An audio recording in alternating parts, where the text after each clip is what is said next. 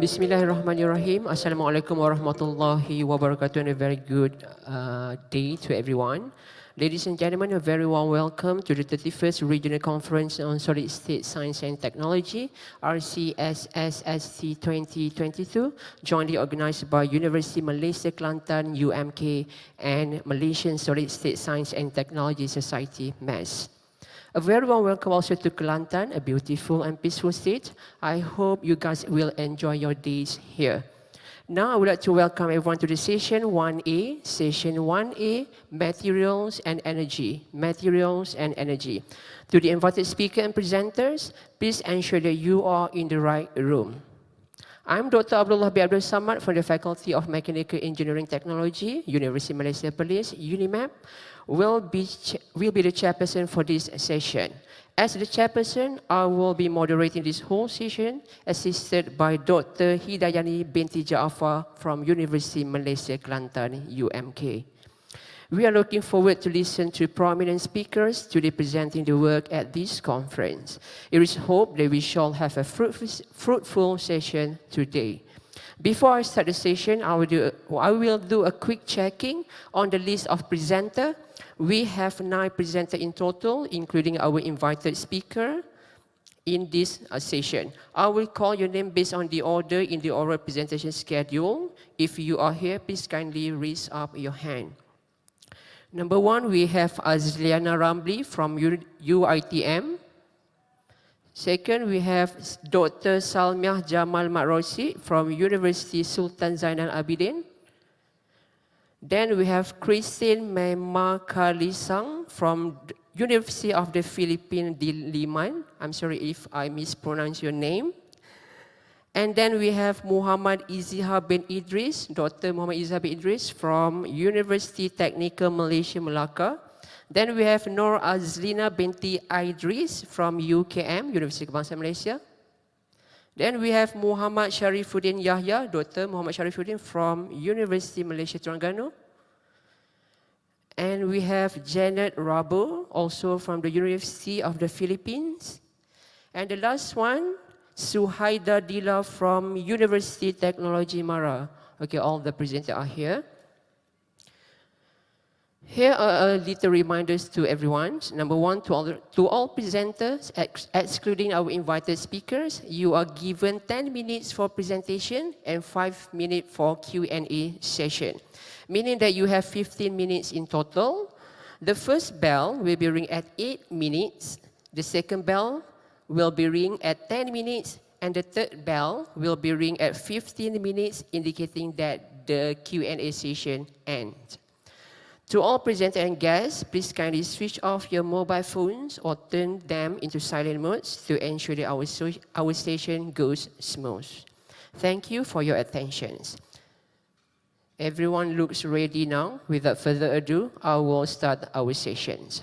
First, I would like to invite the invited speaker for this session, Professor Dr. Abdul Malik Marwan bin Ali from University Technologi Mara UITM to deliver his presentation entitled Tuning Electronic and Magnetic Properties of Zinc, Nickel, Cobalt, Ternary Spinel Oxides based on Cobalt 2 and Cobalt 3 for supercapacitor electrodes. You have about 30 minutes, Prof, to present your works.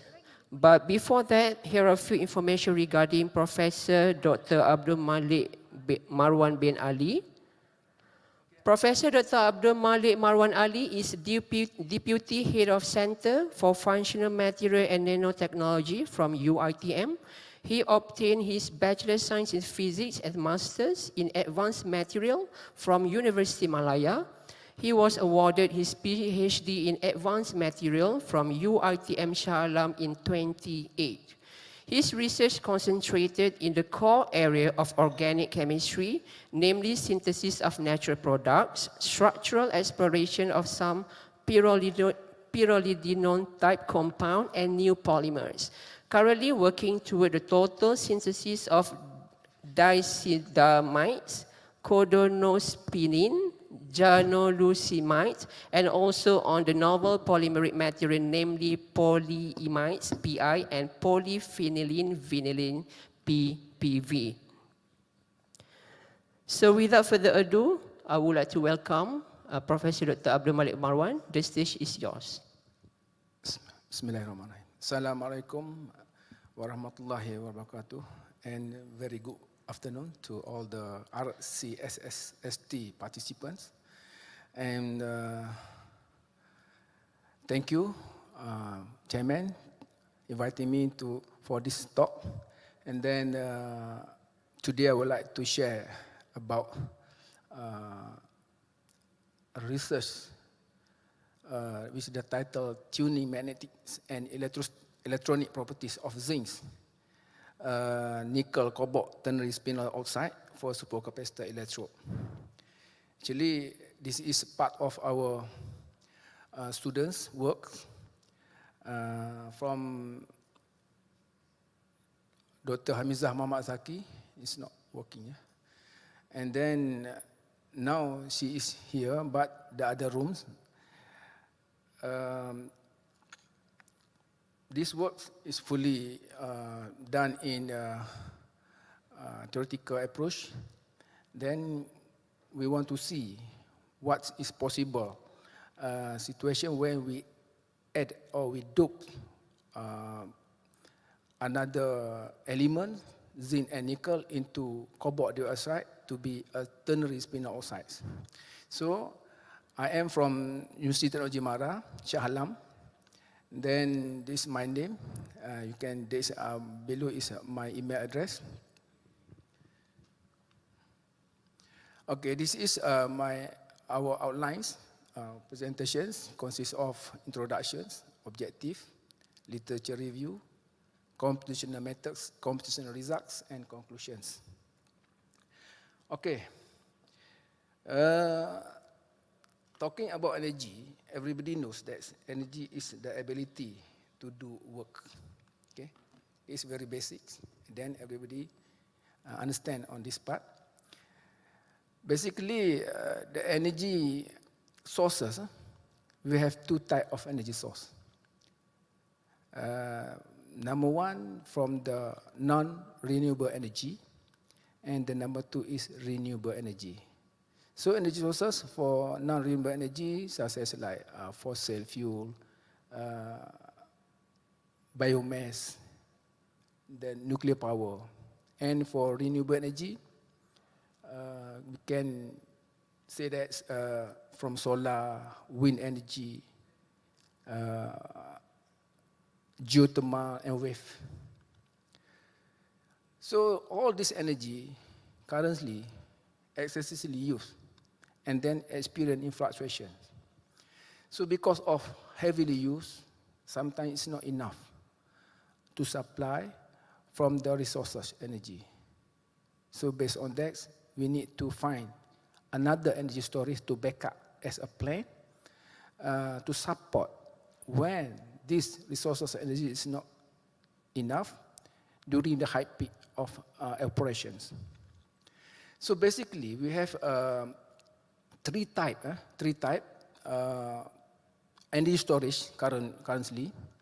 First is very conventional from we call the capacitor. That is from Reagan plot. And then second one is electrochemical capacitor. And then the most popular one is battery. Okay, based on this Reagan plot, you can see capacitor is the highest specific power energy compared to the other two. But in terms of specific energy, it's much lower. Then battery is the winner. Then intermediate is supercapacitor. Supercapacitor lie between capacitor and battery. Okay, the table below show the property of different energy storage device: capacitor, electrochemical capacitor, and battery. So from this data, we can say that which EES we need to tackle or we need to focus to make support for energy storage. Then currently, researcher or scientists looking for battery and electrochemical supercapacitor.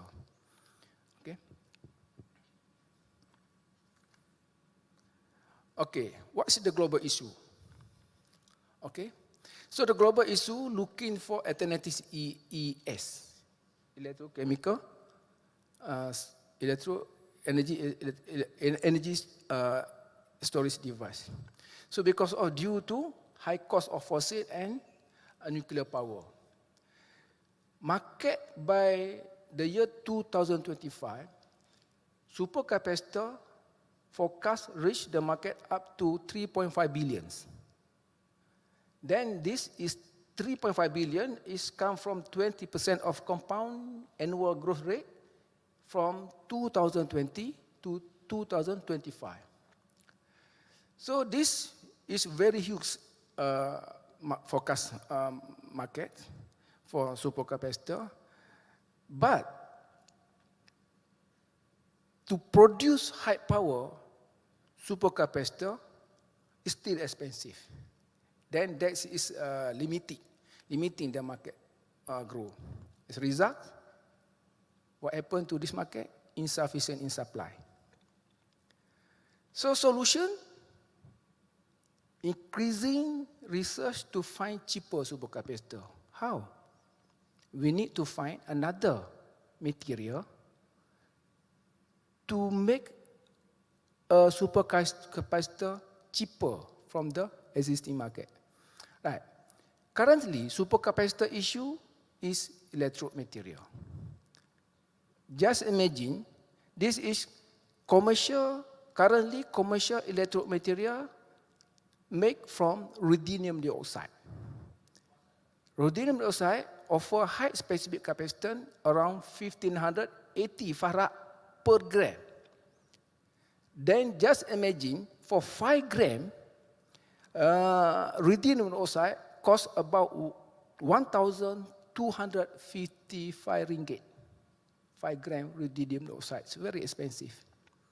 All right, what other material can be substitute this ruthenium dioxide?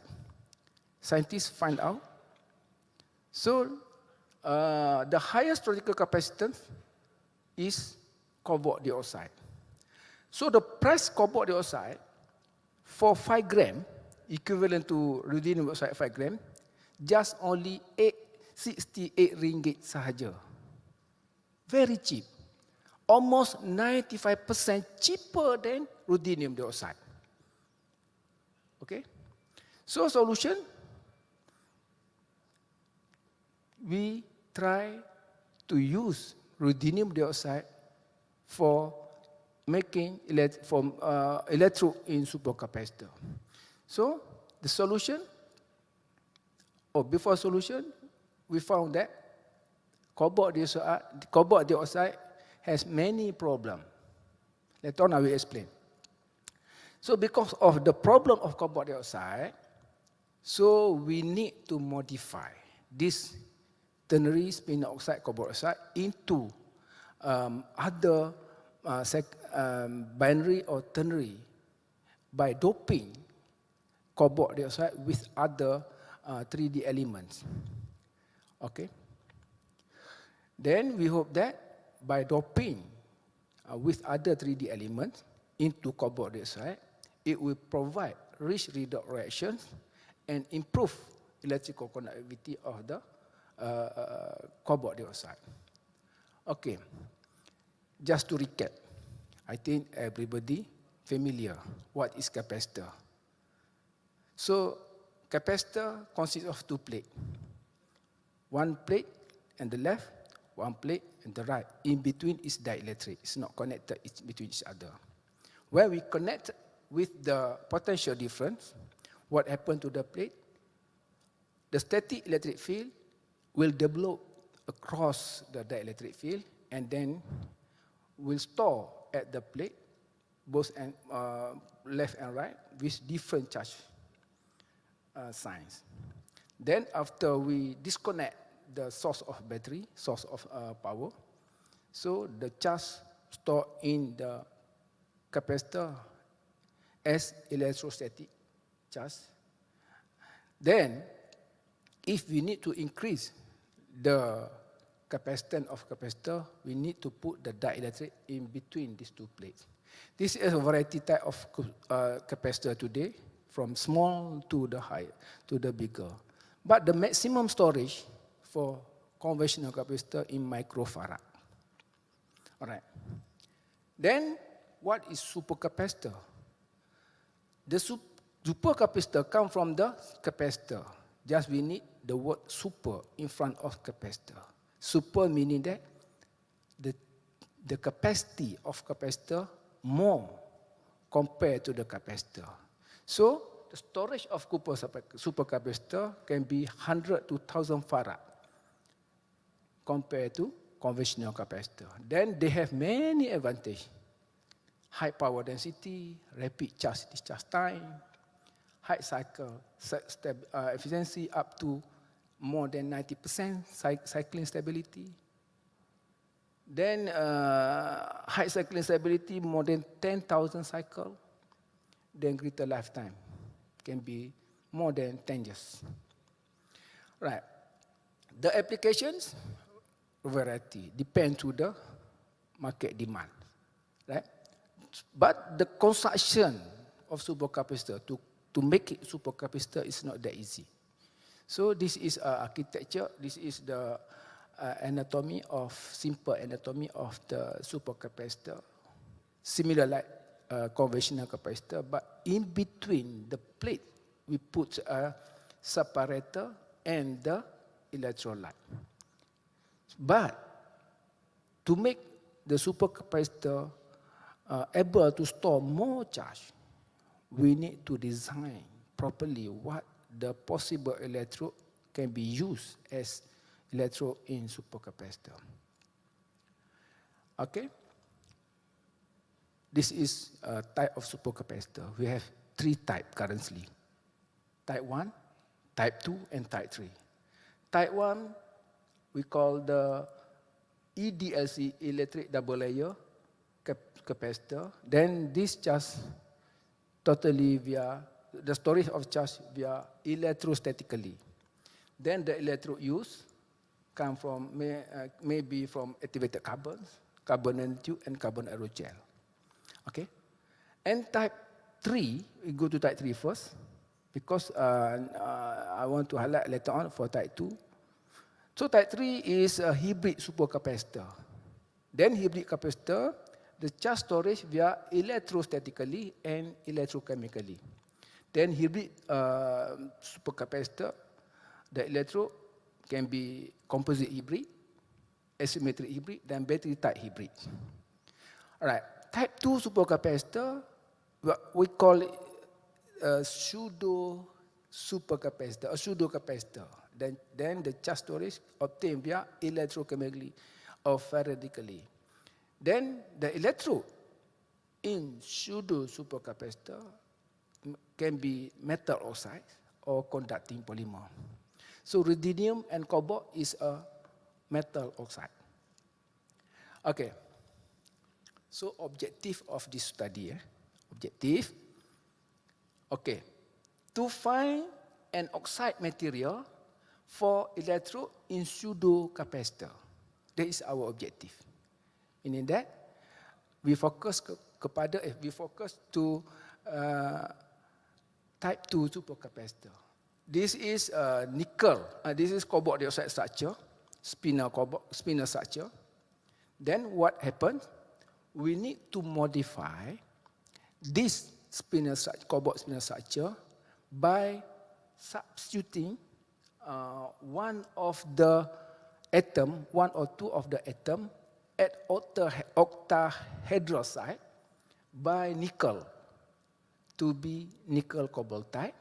After that, we continue substituting by zinc to be ternary metal oxide. So we can see what happened when we substitute nickel and zinc to the structure of cobalt dioxide and their properties. So the process totally in theoretical approach. Then the calculation we use GGA, gradient, GGA, lupa tak ingat nama apa, Hubbard U method. And then we believe that after we doping all element into the cobalt dioxide, we can get the structure properties and electrical properties change. So currently, from the literature review, cobalt dioxide energy gap is around 1.2 to 3 electron volt, and depends to the researcher report, but this is around that. We hope after doping we can increase this energy gap to make the electrode more conductive. Okay. So a little bit literature review about cobalt dioxide. This is such a cobalt dioxide. Cobalt dioxide consists of two oxidation state. Number one, tetrahedral. Then number two is octahedral. Then this is a phase cubic structure with crystal structure FD3M, consists of two equivalence ion oxidation state, which is cobalt 2 plus and cobalt 3 plus. Then cobalt 2 plus tetrahedrically coordinated oxygen, and cobalt 3 plus with octahedrally coordinated oxygen. So the advantage of using cobalt dioxide as electrode is this cobalt dioxide poses high theoretical capacitance, 3,650 farad per gram, excellent chemical behavior in terms of reduction and oxidation reaction. Then can control the structure, then of course very cheap. All right, report by Gore 2018, the performance of supercapacitor using cobalt dioxide as electrode. You can see this is the CV plot with different scan rate. The betul tu tak comel tu apa? The deviate from the normal CV plot show that this supercapacitor experience the apa nama tu kita panggil electrochemically oxidation and oxidation. Then from this report, the cycle number, then the up to above 4,000, the capacitance retention still maintain up to 90%, with the power density not less than 2% drop. So meaning that the cobalt is okay. However, based on this report, the drawback of cobalt dioxide is not as good as ruthenium dioxide. Then suffer from poor conductivity. The conductivity for cobalt was reported about around 10 power of minus 4 Siemens per cm, meaning that it's not a conductor. This is semiconductor. So cobalt dioxide is a semiconductor. Then slow electrochemical reaction kinetic. Then the most important part is the severe volume change during cycling that will decrease the volume of the electrode, and very difficult to calculate power density and volume density energy. Okay. Then little bit about nickel cobaltite or nickel cobalt dioxide. After we dope a nickel into cobalt, then from review said the conductivity of nickel cobalt dioxide or nickel cobaltite around 0.12 Siemens per cm, increased a lot. This data come from the experimental report. Increased a lot, so become a half metallic. And the inverse spinel structure with the cation distribution image when expressed as like that.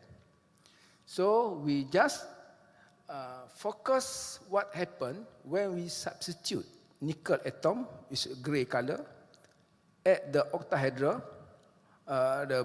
the green color, to be from carbon dioxide to be nickel cobaltite. Okay. Then from this report from the experimenter, they say when they add nickel into cobalt dioxide, the conductivity decrease from -4 Siemens per cm to 0.1 or -1 Siemens per cm.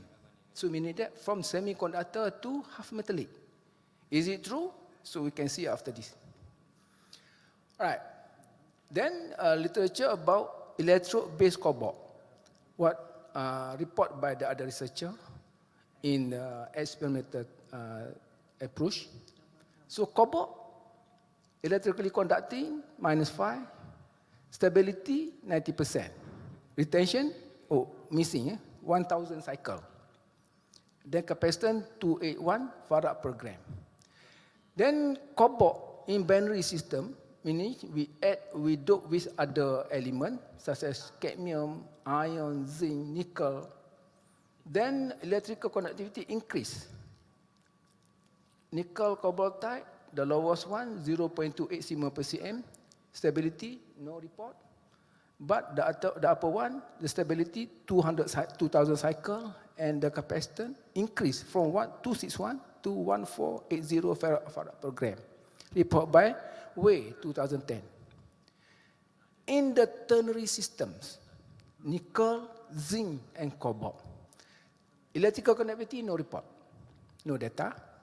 But the stability above 1000 cycle, stable up to 99%, with the difference parameter of the capacitance from the 1000 to the lower one 200 to C. Itu salah tu. Then 2015, the capacitance 2481.8 farad per gram. So you can see from this data, the capacitance using cobalt-based material, when we add with another element into the system, the capacitor increase. Okay, the stability remains. Okay, now come to compositional method. Because we are not doing experimental, we do it in terms of theoretical study. So we are using first principle study. What is first principle study? It's a type of study that investigates the properties of such a solid molecule from ground state level of material via computer simulation or quantum-based calculation. So what difference between experimental and theoretical? So the differences is the starting from synthesis. So via experimental, before we find the structural properties and apply into technology, we need to synthesis the material. So during synthesis, we can use a lot of time, a lot of material waste. We go to trial and error. So to overcome trial and error in the experimental approach, we study the theoretical approach. Then, based on computational, we build up the structure. After that, we find the properties before we apply for technology. So after we find the properties, then we design, meaning that we design the material. Then, after fit with what we need, then we start synthesis. Then it will save a lot of time and we can save a lot of materials. Okay. Density functional theory is very basic. You can read from the literature. I think everybody, everywhere, not about density functional theory can be accessed easily. But basically, DFT is a quantum mechanical method for solving the electronic Schrödinger equation of molecule and crystal using formalism that is based on charge density rather than wave function. That is the definition of DFT. All right. Function in DFT, we have two functions. Number one, local density approximations. So exchange correlations only depend on the electronic density. Okay, exchange correlation control only depend on electronic density for LDA functions. But for GGA function or generalized gradient approximations, the exchange correlation energy depend on the density rho and the gradient rho of the electronic density. So, because of these two functions faces a lot of problem to tackle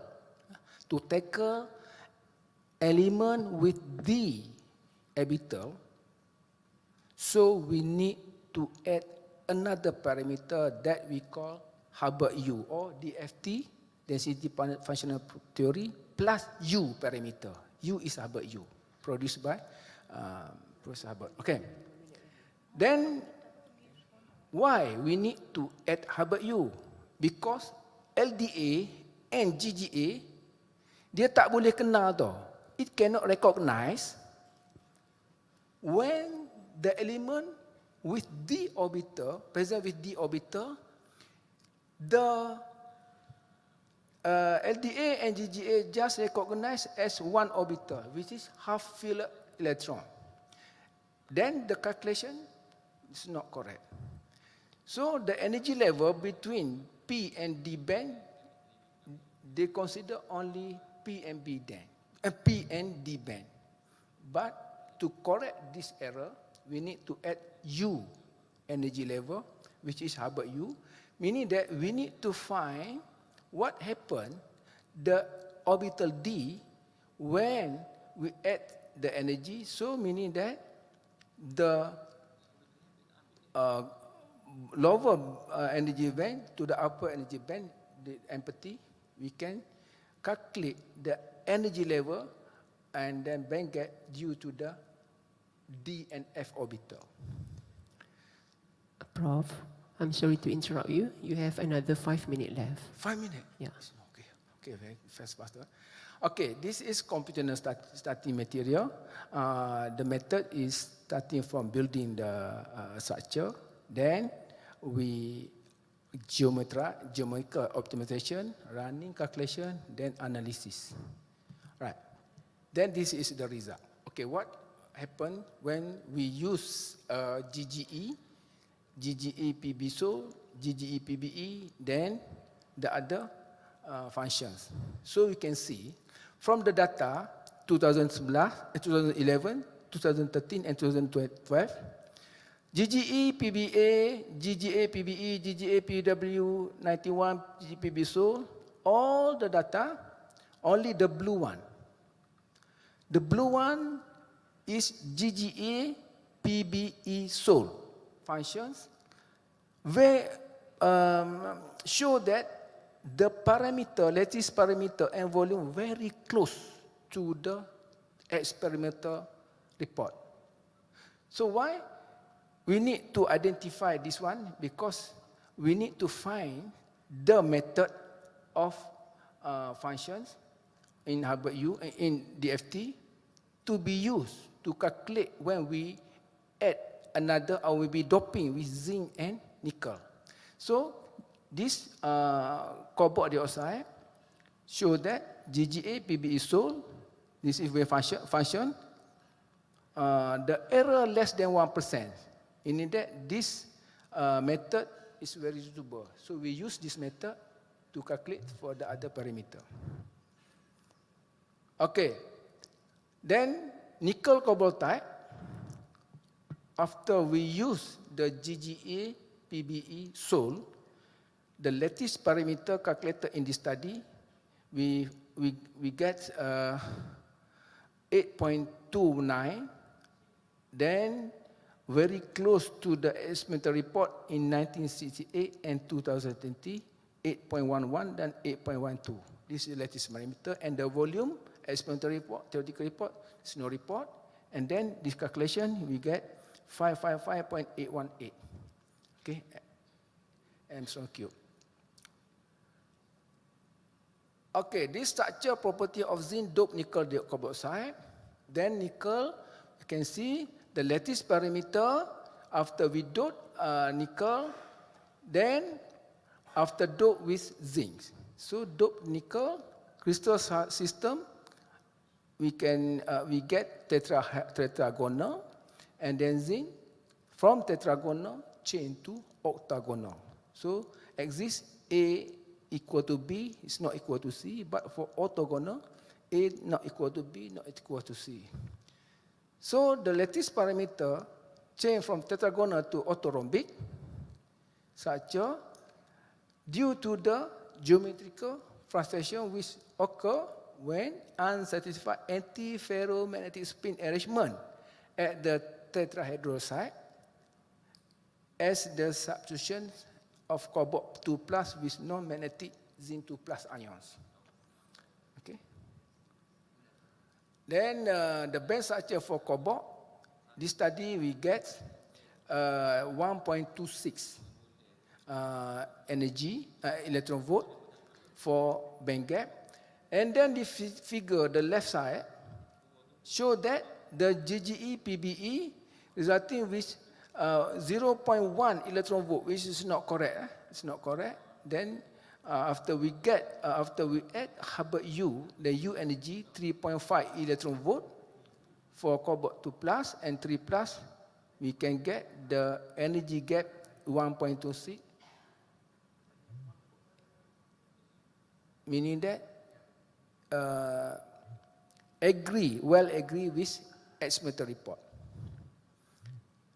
Okay. Then, okay, there is the electronic structure for nickel dope cobalt dioxide. So this A is a majority spin, majority electron, and then B is minority spin electron, and then C is cobalt dioxide. You can see after we dope, we prove that after dope with nickel, we get the energy gap, direct energy gap, decrease from 1.26 to 1.06. Okay. Then the density of states of cobalt dioxide, this figure show the cobalt dioxide, then the other figure show that nickel cobalt type. So you can see spin up and spin down. The zero line show the Fermi level. So cobalt dioxide at Fermi level until to 1 point something, a gap. There is no electron sitting at this area, meaning that this cobalt is a semiconductor. But for nickel dope cobalt dioxide, the spin down cross the Fermi level, then the spin up just improve a bit. Then can we say that this spin down, there is no barrier, there is no energy gap. Then we can say nickel cobalt type is a half metallic material. So doping nickel to cobalt change the structure of cobalt from semiconductor material to half metallic material. Then this is density of state, is similar, just combination between cobalt and nickel tadi. And then zinc, nickel cobalt type. This is zinc, nickel cobalt type we dope. What happened? Indirect band gap, we can see the increase in direct band gap. But based on both Bose-Mohs effect state that the band gap increase with increasing doping loading is due to more electron populated within the conduction band. So the donor electron occupying the lowest orbital in the conduction band, then pushing the Fermi level to higher energy state. So that's the reason. So you can see that by doping other zinc, this is non-magnetic material, zinc oxide, can push to the band gap from lower to higher. So you can see from the table, nickel cobalt 10C, after we dope with zinc, increase from 1 doping rate percent up to 0.75, increase to from 108 to 2.13. All right. This is the magnetic properties, total partial density state for zinc nickel cobaltite ternary oxide. You can see. So the electron occupied near Fermi level, this is 0 is near Fermi level, contribute to the electrical conductivity when electric field is applied. So the value near Fermi level for 0.25 doping, 12.30, then 0.75, 16.13 electron volt. Thus indicate that the ratio is 0.75, has highest predict to the electrical conductivity when we use as electrode in supercapacitor later on. So as the conclusion, so the alteration of structure properties from the tetragonal of nickel cobaltite through orthorhombic phase depend on distribution of doping zinc cation over the tetrahedral side. Then the density state analysis show that the value near Fermi level at higher doping ratio is 0.75, namely nickel zinc cobalt with 16.13 electron volt predict has highest electrical conductivity. And last but not least, the multiple oxidation state nickel zinc cobalt have led to increased conductivity due to rich redox reaction. This enhancing conductivity is aimed in order to improve the performance of supercapacitor. So this is some reference we use in this study. And then thank you for me and thank you for our group. Open to the floor for Q&A. Thank you. Thank you so much, Prof, for an informative presentation. I am sorry, Prof. I think we should stop now since we have very limited time. So, ladies and gentlemen, if you have any questions, you may personally approach or meet Prof after this session. So, on behalf of the organizing committee, I would like to present a certificate to Professor Dr. Abdul Malik Marwan as a token of appreciation for his valuable time and sharing his knowledge on supercapacitor electrode with us today.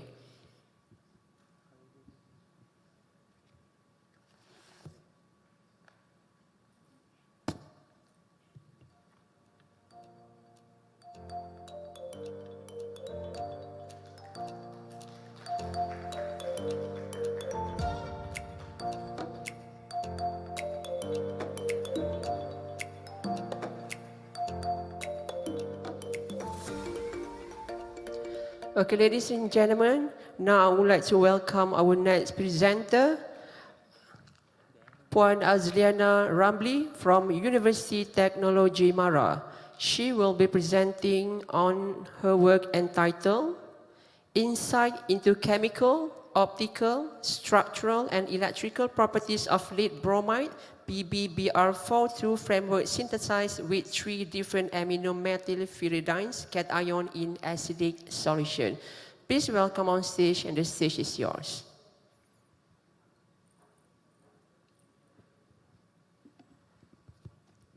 Okay, Assalamualaikum and good evening.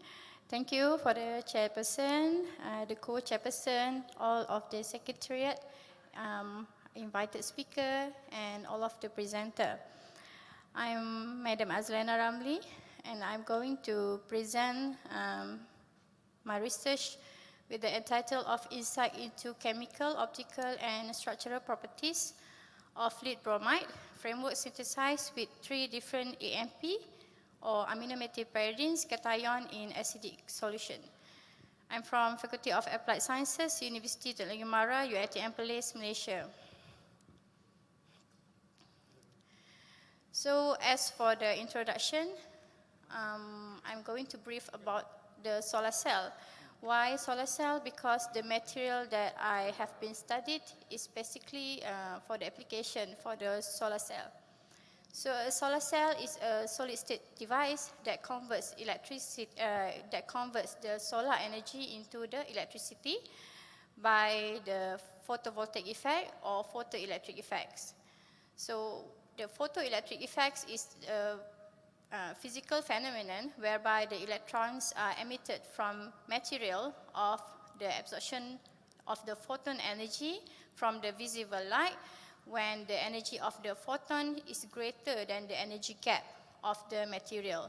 So the three basic mechanisms on how solar cell works, the first the light will be absorbed and knocks down the electrons by one main condition is when the energy of the photon is larger than the energy gap of the material.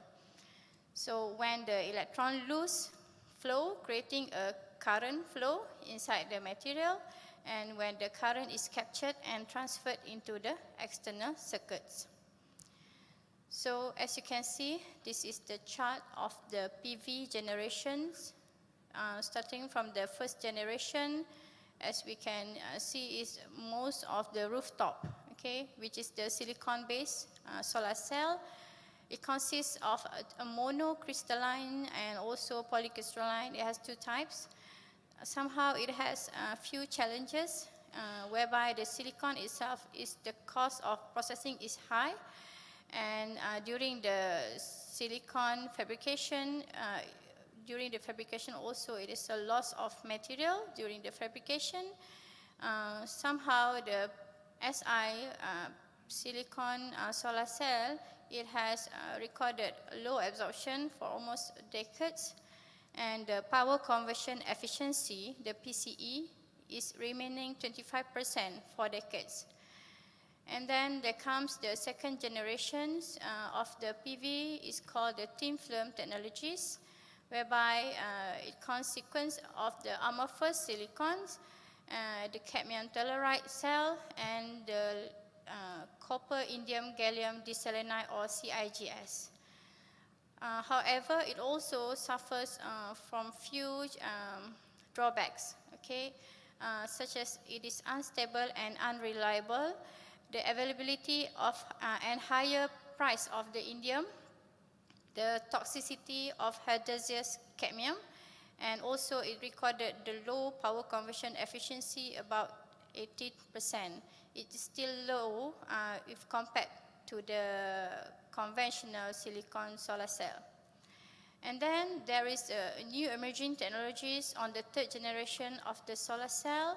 It is called, there are main three in the third generation, or we call it newbie in the perovskite cell. The last one that I'm circled is the material that I'm studying for the perovskite solar cell. So this is the interplanar layer of a perovskite solar cell. It is a new candidate in the third generation of the PV. It has perovskite active layer. As you can see in the figure, the red layer is the perovskite material. Okay, so it is sandwiched between HTM. HTM is the whole transport material, and ETL, the pink color, is the electron transport layer. So basically, the previous slides, okay, in a solar cell, it has sandwich layer also, so that the two plates, okay, that in between there is the one active layer. So in the perovskite solar cell, the active layer is called the perovskite solar cell light sensitizer. So the light sensitizer, which is mainly comes from the perovskite material itself. The conventional one is the CH3 NH3PBX3, or called as the methyl ammonium lead triiodide, or the X recalled as the halide site. Okay, so the light synthesizer that using this material, it has one major concern at this moment. It has the stability issue. Why it is called the stability issue? The first one, it degrades under the reaction of, it becomes the methyl amine iodide and lead iodide when it's exposed to the moisture, oxygen, and UV radiation. And also, this conventional perovskite layer is also reported to undergo a reversible phase transition from the tetragonal phase into the cubic phase at 55 degrees Celsius. Of course, we don't want this happen because when this material is fully utilized in a solar cell, we will expect that the temperature of the PV cell itself will be higher. So this is the major concern. Okay? And the distortion of the lead and iodide sublattice and the methyl amine sublattice disorder were also reported by the Y. Kawamura during his latest discovery. And at room temperature, the methyl ammonium lead iodide is also the thermodynamically unstable, and the separation of phases will also reported in the exothermic process. So as for the modification towards the conventional perovskite, my work is basically approached on the organic tailoring part only. Okay, so I'm using the aminomethylpyridine. Aminomethylpyridine is the C6H8N2, okay, integrate with the lead and also halide. So as from the title, I'm using the 3 different aminomethylpyridines. Why the 3? Because you can see there, I'm using the 2-AMP, 3-AMP, and 4-AMP. What is the difference between this AMP? As you can see, the position of the nitrogen in the benzene ring. Okay? The 2-AMP, the nitrogen at the location number 2. The 3-AMP, the location of the nitrogen at the number 3. And the 4-AMP, the nitrogen position located at the number 4 in the benzene ring. So this is the methodology for the synthesis of the hybrid perovskites. So I'm labeling my compounds differently as A1, A2, and also A3, respective to the different AMP. So this AMP mixed with the lead bromide and in acidic HBr acid. So the halide that I'm focusing on now is the bromide. So all of the synthesis process will be done in a closed nitrogen condition, reflux around 90 degrees Celsius, and will be characterized by SRD, FTIR, and UVVs. So the observation from the synthesis during the reflux, the crystallization, the color of the compound is almost bright yellow until white. As you can see, A1 to the A3, there is a different in color appearance. This is the structural properties from the SRD. The SRD patterns were mainly composed of organic pyridine and inorganic lead bromide layer by layer, and all samples exhibit well crystallized and equally spaced in diffraction peaks. And also this mesh also reported by Lee, also almost the same. And this is the FTIR results for all of the sample. The absorption pattern is almost similar for all samples. From the compound A1 to the A3, the intensity of the NH bending increased gradually. So this one is consistent with the nitrogen position inside the pyridine ring.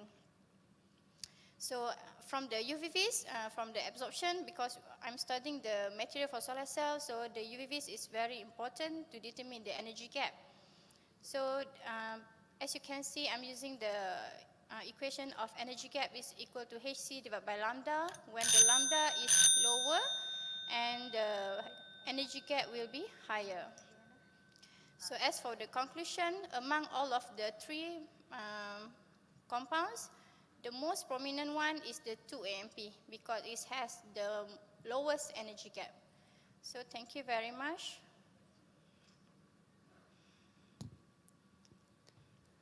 Thank you very much, Puan AZLIANA RAMLI, for your presentations. Now I open the floor for any question.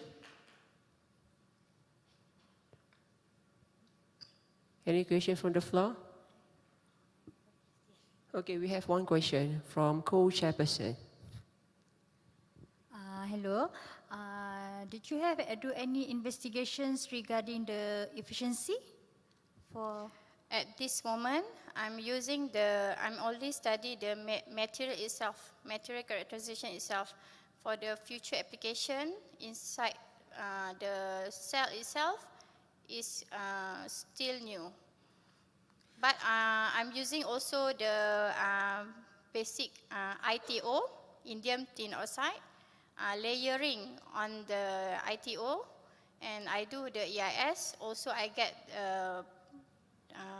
the conductivity value is within the semiconducting range value, Siemens per cm.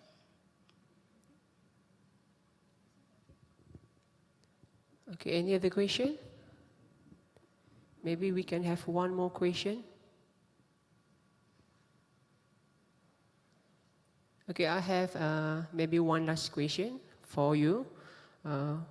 One of the stability issues that you mentioned in your slide is reversible phase transition from tetragonal to cubic phase, right? So which phase is more desired as to maintain the stability of the PV cell? Either cubic or tetragonal phase? Mostly, okay, the phases that the CH3 NH3PB is the tetragonal. Okay, when it reached the higher temperature, it turned to cubic. Okay, so from my study, when I'm using the AMP, the different organic, I get the different phase. I get the orthorhombic phase. Yeah, so regarding the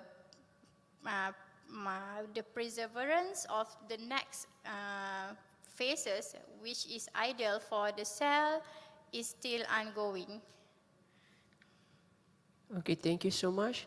Okay, thank you so much again, Puan AZLIANA RAMLI from UITM for an excellent presentation. So now we call upon our next presenter, Dr. SALMIAH Jamal Mat Rosid from University Sultan Zainal Abidin. Dr. SALMIAH will be presenting on her research entitled Tailoring Activity on Effect of Loadings over Praseodymium Oxides Catalysts in Methanation.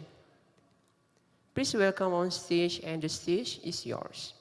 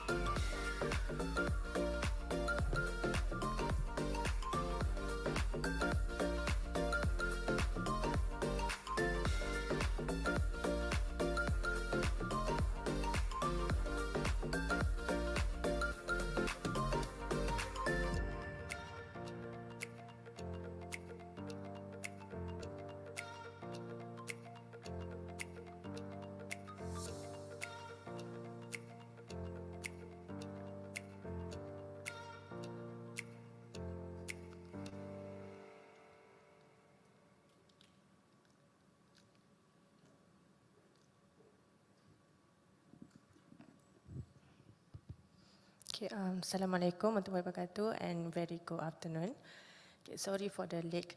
Okay, so today, okay, I'm Dr. Sem Analysis. Okay, I'm from the University Sultan Zainal Abidin.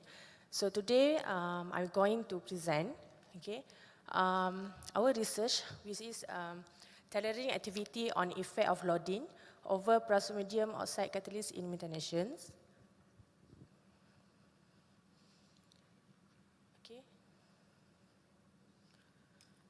Okay, so first, we go through for the introductions.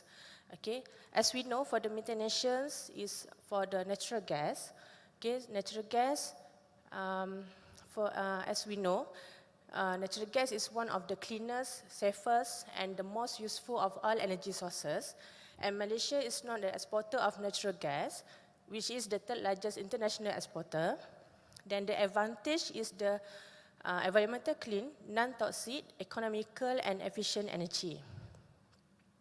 However, okay, the chemical compositions of Malaysian crude natural gas, okay, we have carbon dioxide, okay, before is 25%, but recently the concentrations have reached more than 70%.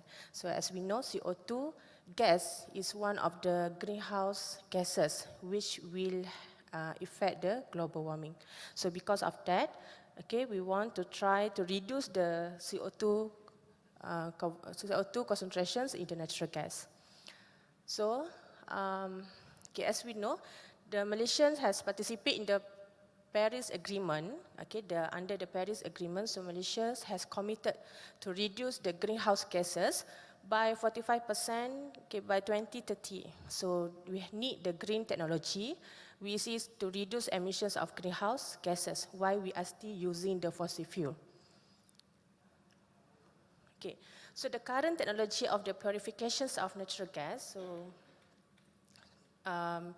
many technology that have been used, which is membrane separations, amine treating, ion sponge process, and the latest one is the catalytic conversion, which is still ongoing, okay, research. Because the catalytic conversions, we need to use the catalyst, okay, and because it's inexpensive and removes CO2 by increasing the methane formation. But the current research that's still ongoing for these methanations is we are still searching for the catalyst which is able to convert 100% CO2. So catalytic hydrogenations, okay, by using the catalyst, so we will remove the CO2 and convert to the methane.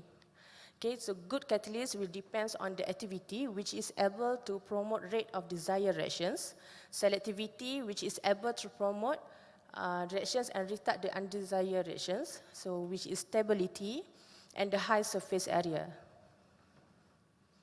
So this for the statement problem, so we have three problems we need to overcome. First, which is carbon dioxide. As we know, the presence of carbon dioxide in the pipeline will corrode the pipeline.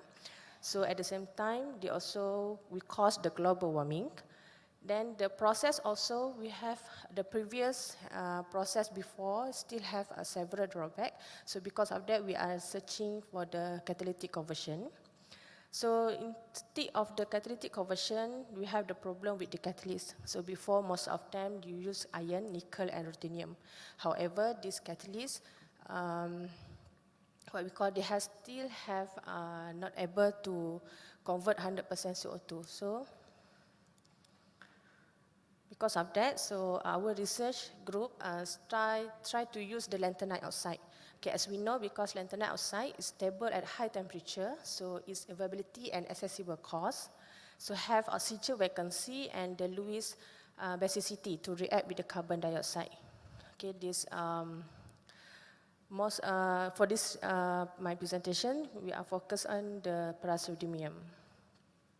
So objective of my presentation is here to synthesize the supported praseodymium dope transition metal for the carbon dioxide methanation. Then we want to optimize the catalyst preparation, which is in this, we just focus on the base loading of praseodymium. And then third, to characterize the pipette catalyst. Okay, so for the experimental, so we involve 3 steps, which is the catalytic testing by using the FTIR and gas chromatography, okay, to determine the percent of carbon dioxide.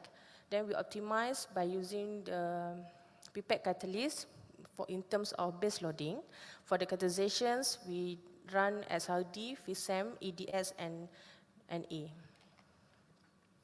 Okay, for the experimental, so we are using the wet impregnation method, okay, which is the catalyst of plasmodium. We mix together with the manganese and ruthenium. Then we will stir the solutions. Okay, then we aging before calcine. Okay, experimental, so this is the in-house build of FTIR. So when we are doing the catalytic testing, so the result that we get is the in situ. Okay. So from the result, okay, from the catalytic activity,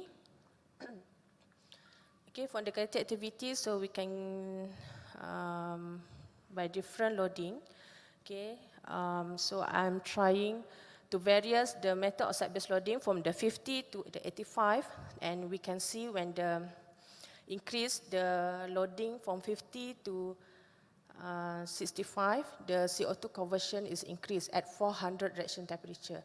But after that, the conversion started to decrease. So because of that, so we are focusing on the 65, 30, and 5, okay, based on the CO2 conversion at 400 degree. And as we can see also, okay, at 70% of the plasmodium, okay, the conversion of CO2 still lowering until it increase at 400 reaction temperature. Okay, so because of that, so we adjust take the 65, 35 as the optimum. Then after that, we do for the reactions by using the double reactor, okay, for this one, double reactor, which means from the reactions, so when first the CO2 gas and hydrogen gas will go through the catalyst, so at the first reactor, the conversion CO2 has already occurred. Then after that, the gas that unreacted will go through the second reactor to convert to the methane. So, however, as we can see at double reactor, the CO2 conversion at 400 only slightly increase. Okay, so because of that, we just focusing on the single reactor. Okay, from the Xrd, okay, as we can see, when the plasmodium loading is increased, okay, the active site, okay, the active species that appear on the diaphotogram is only plasmodium oxide, okay, aluminium oxide, and manganese O2, okay, which the tetragonal. Okay, then there is no difference between each diaphotogram. Okay, so from the FISEM, okay, as we can see at the 400 degree, okay, we can see they form the coral shape. So as we know, when the coral shape, the surface area is lower. So because of that, the performance is lower. So when we increase the calcination temperature until up to 1000, so the shape change to the crystalline. Okay. Then as we can see, the image of C, which is 800 degree, so the catalyst surface show some pore, which might assist the catalytic reactions. Okay, for the nitrogen, okay, nitrogen absorption, which is for the BET surface area, so we can see when the calcination temperature is increased, so the surface area is decreased. This might be because of the pore diameter increase at high temperature, which make the pore become larger, so lead to the sintering. Okay, for the EDS, okay, for the EDS, as we can see at 800, okay, for all the calcination temperature, plasmodium show the highest atomic ratio because of the PR as a base loading. However, at the 900, for the ruthenium, the atomic ratio for ruthenium is highest. So because of that, I think it's support for the catalytic activity, which means at the 900, the reaction temperature, the catalytic activity is decreased. So for the stability test, we have done for until 7 hours. So for the performance, it's still maintained above the 95%. And I believe that this catalyst, if we further for the reaction time, maybe the catalyst still give the promising performance. Okay, so for conclusions, so we get the CO2 conversion 99.9%, so methane formation is 45. Okay, so the optimal is calcination temperature 800. So the ideal conditions, PR loading, we get 65%. Okay, catalyst dosage 7 gram. So by using the single reactor, since the second reactor still did not give a lot of improvement. Okay, the stability test we conclude as a 7 hour. So for the physical capabilities, so SRD we get the active species. Okay, then FISEM. Okay, EDX we get the PR, it was the higher, which got accordance with the SRD as the active species. Okay, this is my acknowledgement. So thank you. Okay, thank you, Dr. SALMIAH Jamal Marosid. Now I open the floor for any question.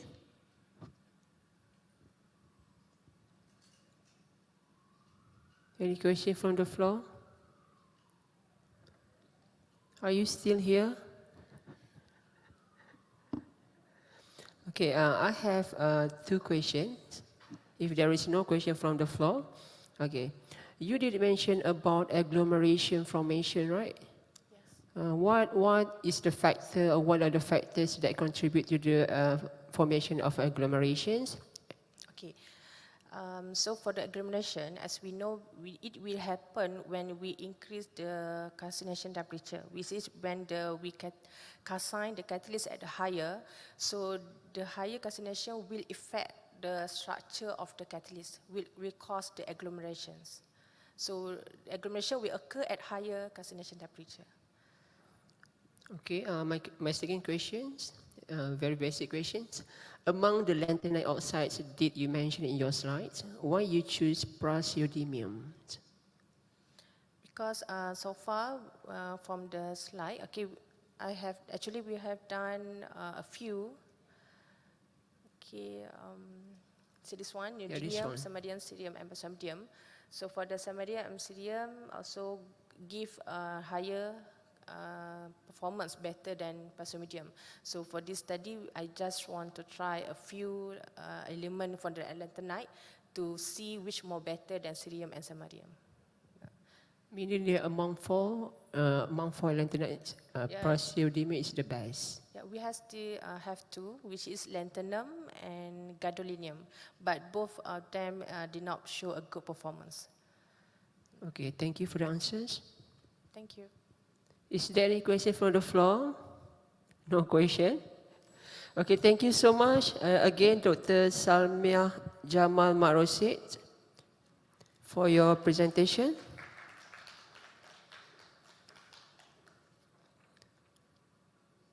Okay, now we proceed to the third presenter.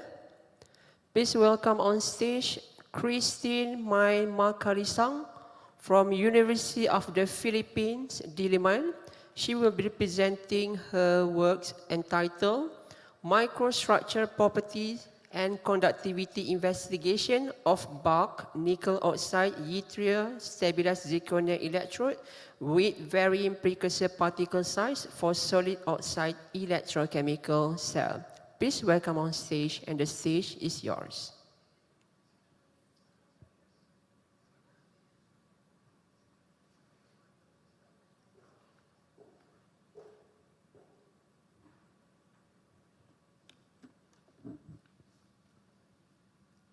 Hello.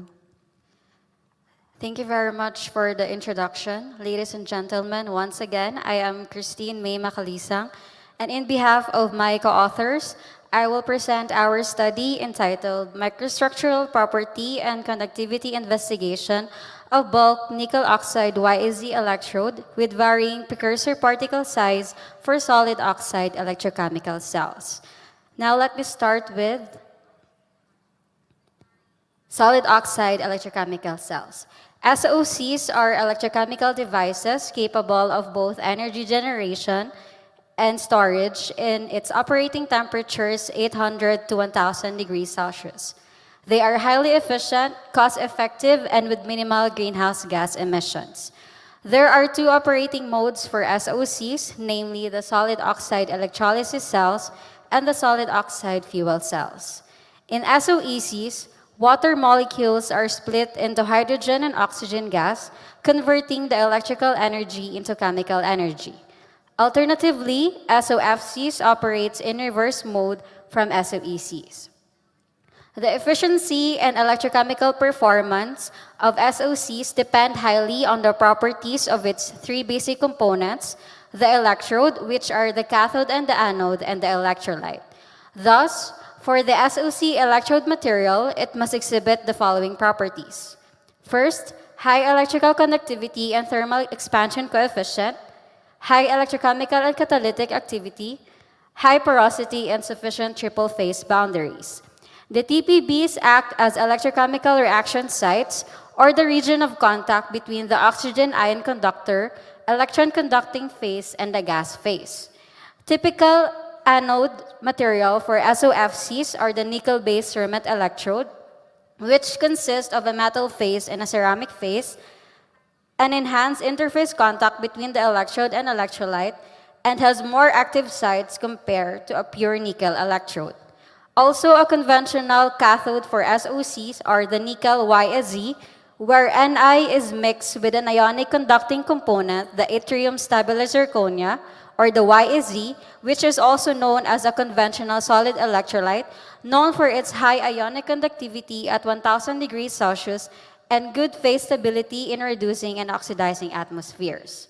Some related studies we have in 2010, Talabi synthesized nickel oxide YSZ composites and used starch powders as spore formers, using planetary ball mill and uniaxial pressing. He varied the sintering temperature and determined its effect on the structure and morphology of the composite. Based on his results, planetary ball mill resulted to uniform dispersion of nickel oxide and YSZ particles.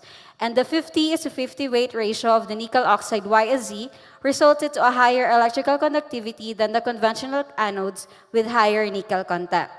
Shown on the right are the SAM images of the nickel oxide powders at varying starch composition. In 2013, Kim and his co-authors synthesized nickel oxide YSZ and determined the effect of using carbon black as spore formers and varied the sintering temperature and the nickel oxide content. And he found out that the optimum sintering temperature is at 1300 degrees Celsius. And porosity increases with increasing nickel oxide content after reduction at the same sintering temperature. Shown on the right are the porous microstructures as shown by the SAM images of reduced nickel YSZ samples with 5% carbon black sintered at 1300 degrees Celsius. In 2017, Bueta and his co-authors synthesized nickel oxide YSZ via glycine nitrate combustion method. He determined the effect of varying the sintering temperature on the structure and morphology of the sintered samples. And based on the SAM micrographs, porous microstructures were observed for all of the sintered samples, and the optimum sintering temperature is at 1100 degrees Celsius. Meanwhile, in this study, we synthesized nickel oxide YSZ bulk composite electrodes via ball milling, however, in varying treatment settings. We use nickel oxide in 8 mol% YSZ in 50:50 weight ratio, followed by pelletizing and sintering of the samples at 1300 degrees Celsius for 6 hours. So the main objective of the study is to investigate the effect of varying ball milling parameters on the microstructure and electrical conductivity of nickel oxide YSZ electrode material for SOC applications, with the following objectives. First, to investigate the effect of ball milling parameters, specifically milling speed, which are 400 revolutions per minute and 600 revolutions per minute, and the milling time, 10 hours and 20 hours, on the particle size of the electrode material involved with the verification of statistical analysis. Next, to assess the effect of the electrode particle size on the microstructure and electrical conductivity through various characterization techniques. So for the methodology, First, we have here the design of the experiment. Here are the 4 treatment settings that were employed for the samples. Now for the detailed methodology, we have first synthesis of the nickel oxide YAZ powders, followed by the pelletizing and the sintering of the precursor samples, and then the following characterizations that were employed for the precursor powders and sintered samples. Now for the results, the effect of ball milling parameters on the average particle size of the nickel oxide YAZ powders were investigated and are shown on the table. And as you can see, as milling time is increased, average particle size of the samples also increase. However, there is no significant difference on the changing the milling speed from 400 to 600, and it is also confirmed by statistical analysis two-way ANOVA. Only milling time had a significant effect. And shown on the right are the Xrd patterns of the nickel oxide YAZ samples, precursor samples, showing impurity peaks on 400 RPM milling speed in both milling times. However, after sintering, the impurities found in 400 RPM were no longer present, but as the milling speed was increased, impurities were induced on the samples, as shown in the Xrd patterns. In general, cubic NiO and cubic YAZ for all of the treatment settings were formed after sintering, and the lattice parameters obtained matches with the PDF values for the cubic nickel oxide and cubic YAZ. Now for the morphological analysis, here are the SEM micrographs of the samples in 10 hours milling time in varying milling speed. And shown, dense morphology was observed for 400 RPM 10 hours compared to 600 RPM 10 hours, and it is also confirmed by the relative density value using Archimedes' principle for the samples. Now for the 20 hours milling speed in varying milling time, a more agglomerated morphology was observed or were observed for both treatment settings with the following relative density values. Through elemental mapping, homogeneous distribution of nickel oxide and YAZ phases were observed for both treatment settings. However, a more dispersed distribution is observed for 400 RPM 10 hours compared to 400 RPM 20 hours.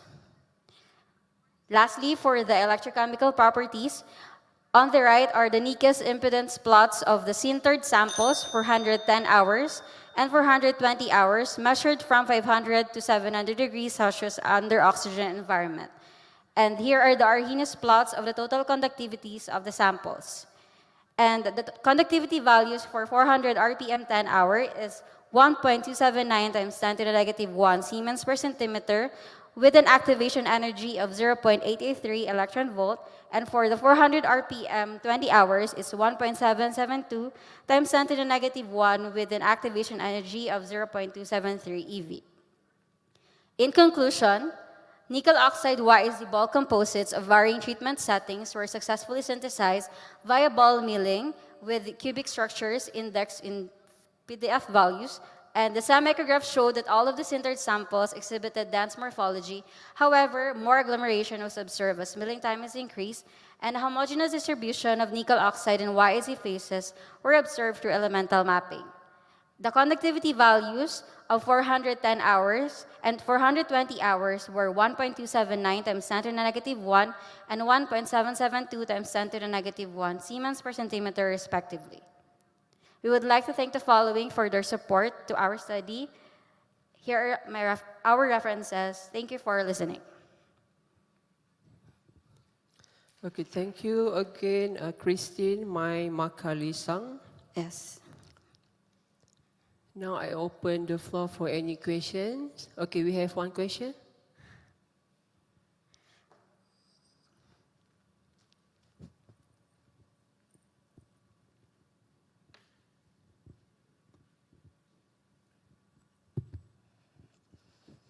Okay, thank you for your good presentations.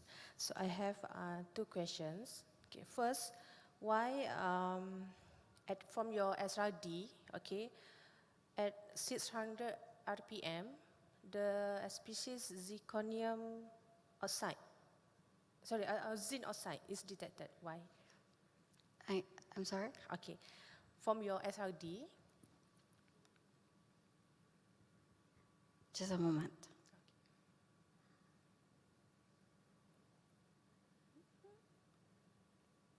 This one or the next The slide? next one. Okay. Yeah, this one.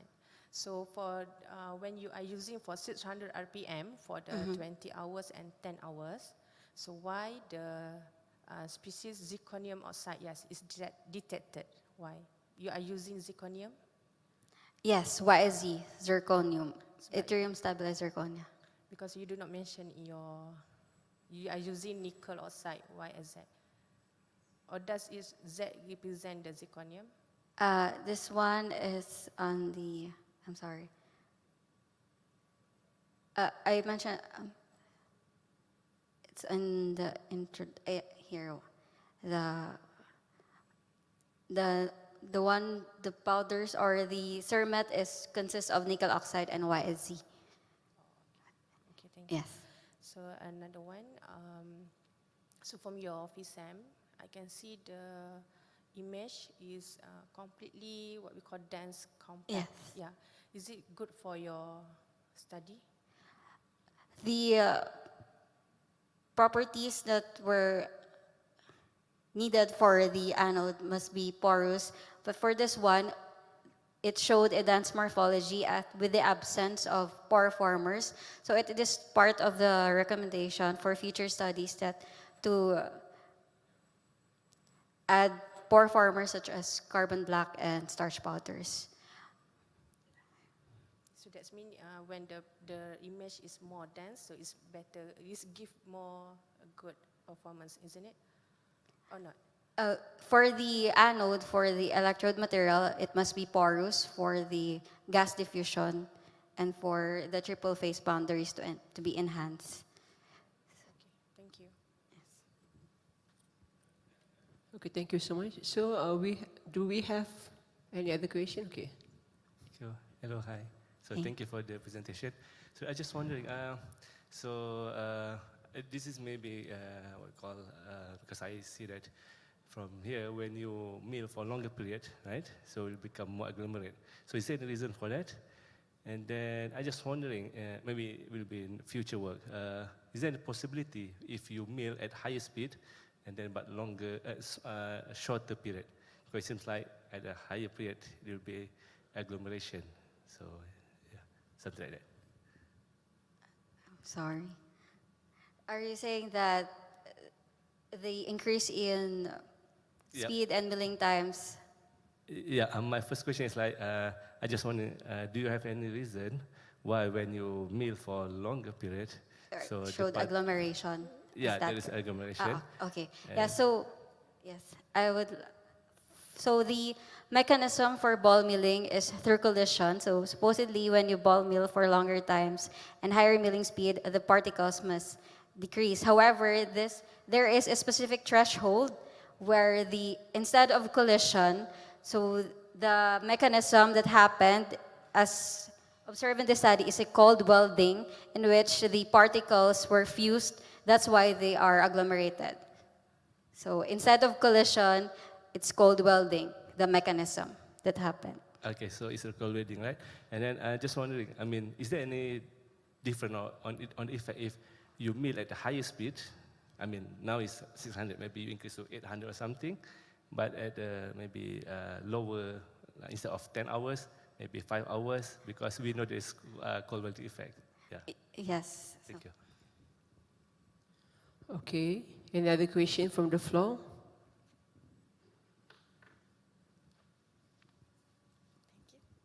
Hello, hi. I would like to know if you use any grinder media for the balling procedure. Any acetone or ethanol? Thank you.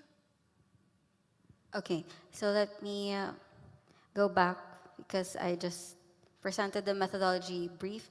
I will go back. So the medium for we used agate bowl and agate balls for the grinding, and the medium is ethanol as a solvent, for just a lubricant for the ball milling.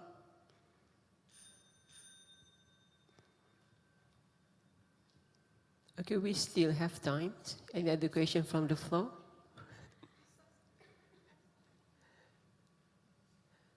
Okay, any other question from the floor?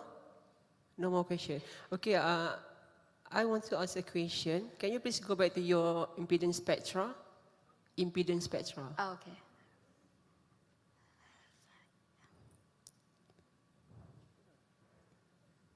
Eh, Okay, why the inductance element is quite large as compared to the sample? The below one. Are you referring to the Yeah, A? the negative value means that the inductance, right?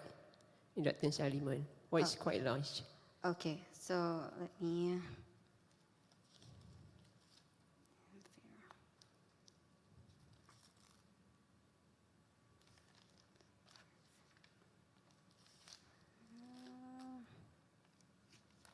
Just a moment.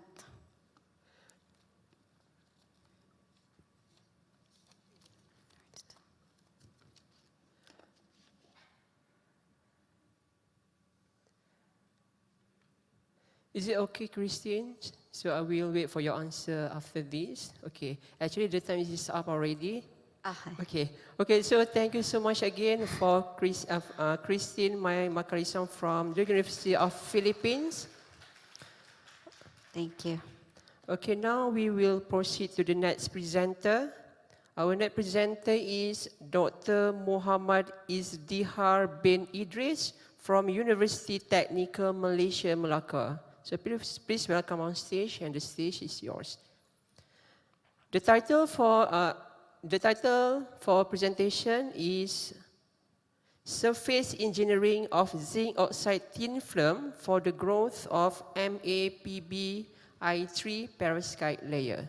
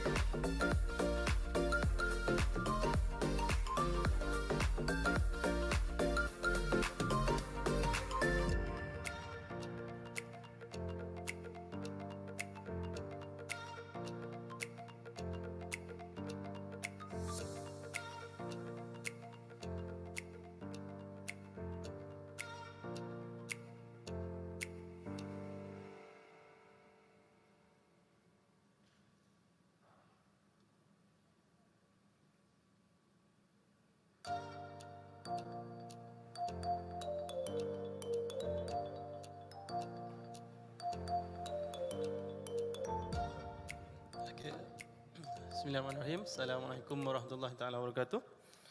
Sorry for the delay. Thank you, Chairman, for the nice introduction. So my name is Muhammad Izdihar bin Idris. I'm from the Faculty of Electronic and Computer Engineering, University Technical Malaysia, Melaka.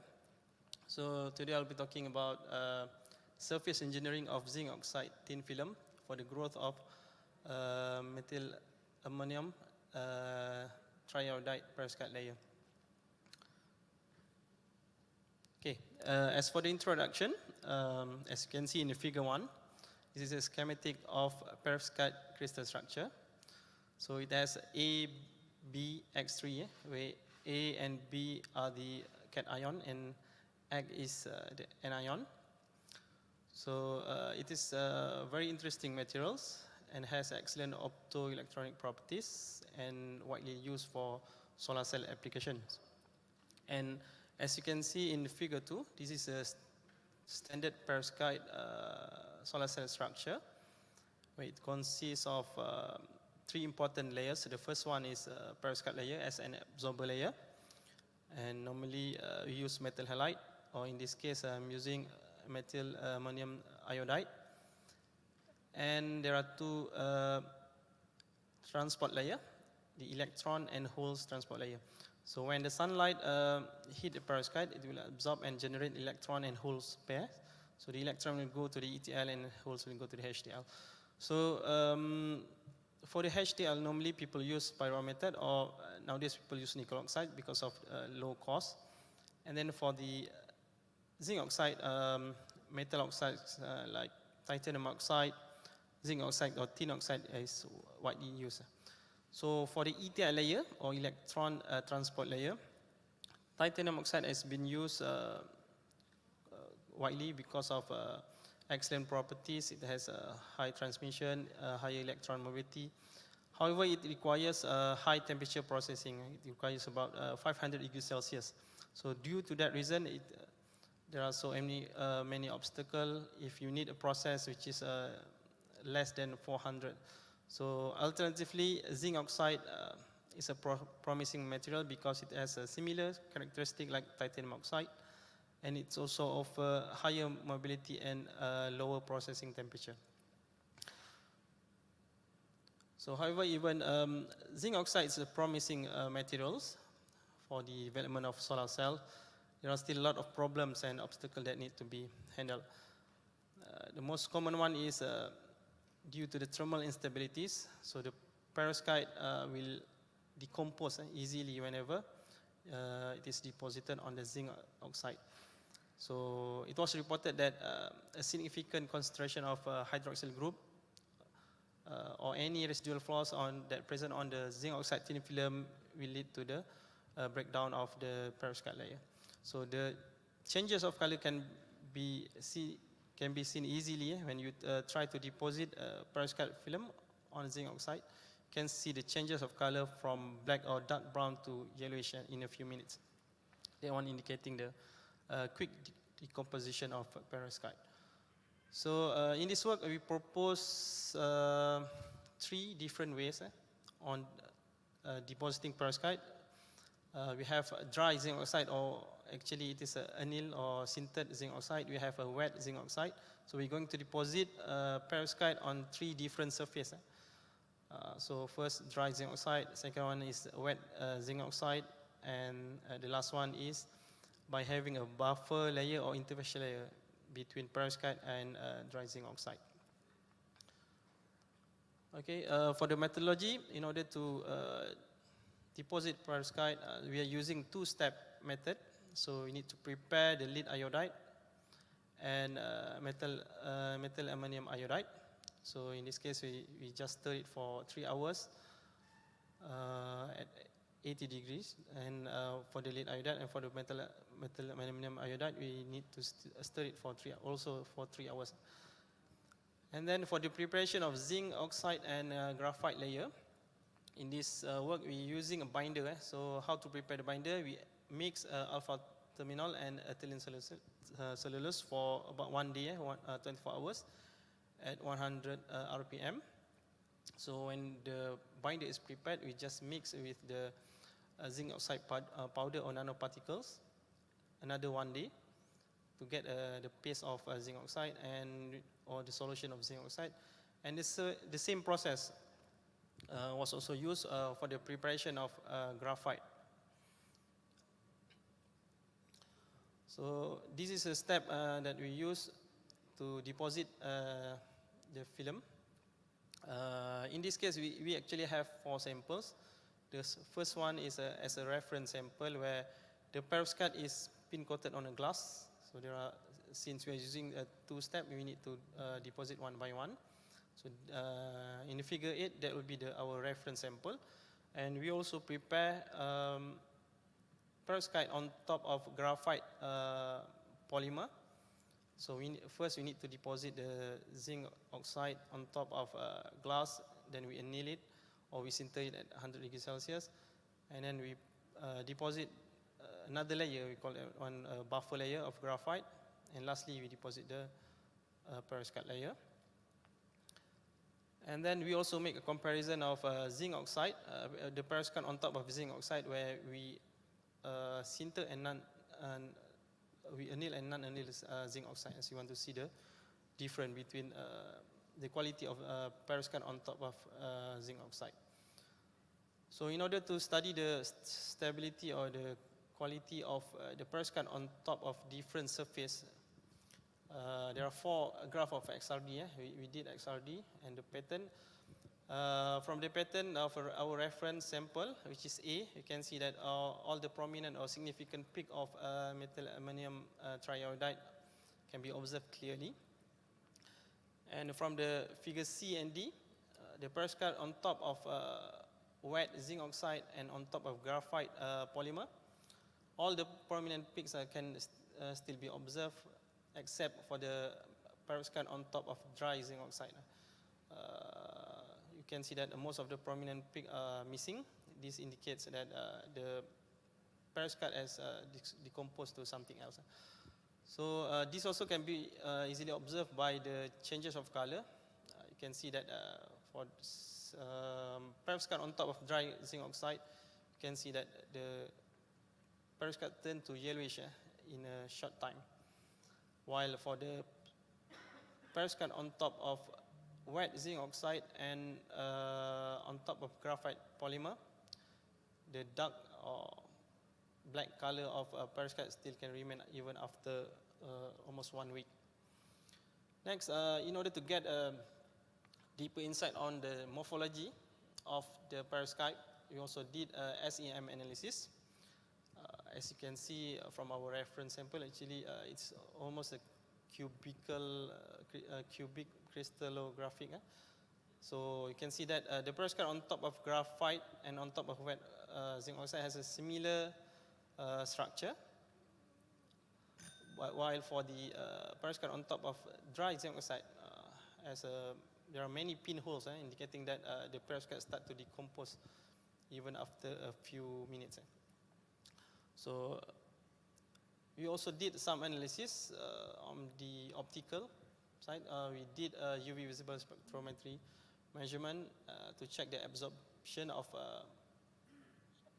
perovskite, and we also extracted the important parameters of band gap for the perovskite on different surfaces.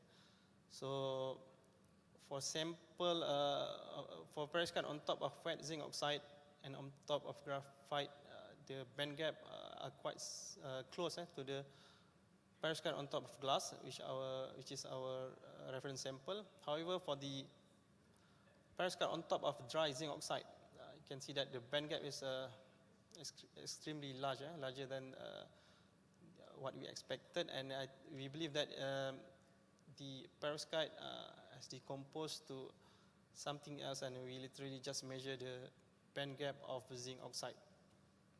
So as the conclusion, the surface engineering of zinc oxide was found to have a significant effect on the stability of perovskite layer, and this has been confirmed by the analysis from Xrd, SEM, and also the color changes, and lastly from the UV visible. So we believe that the modification of the interface between perovskite layer and ETL layer at low temperature is very important to mitigate the decomposition of perovskite layer, which may also improve the long-term stability of perovskite. Thank you very much. This reference, if any question? Okay, any question from the floor? Okay, we have one question.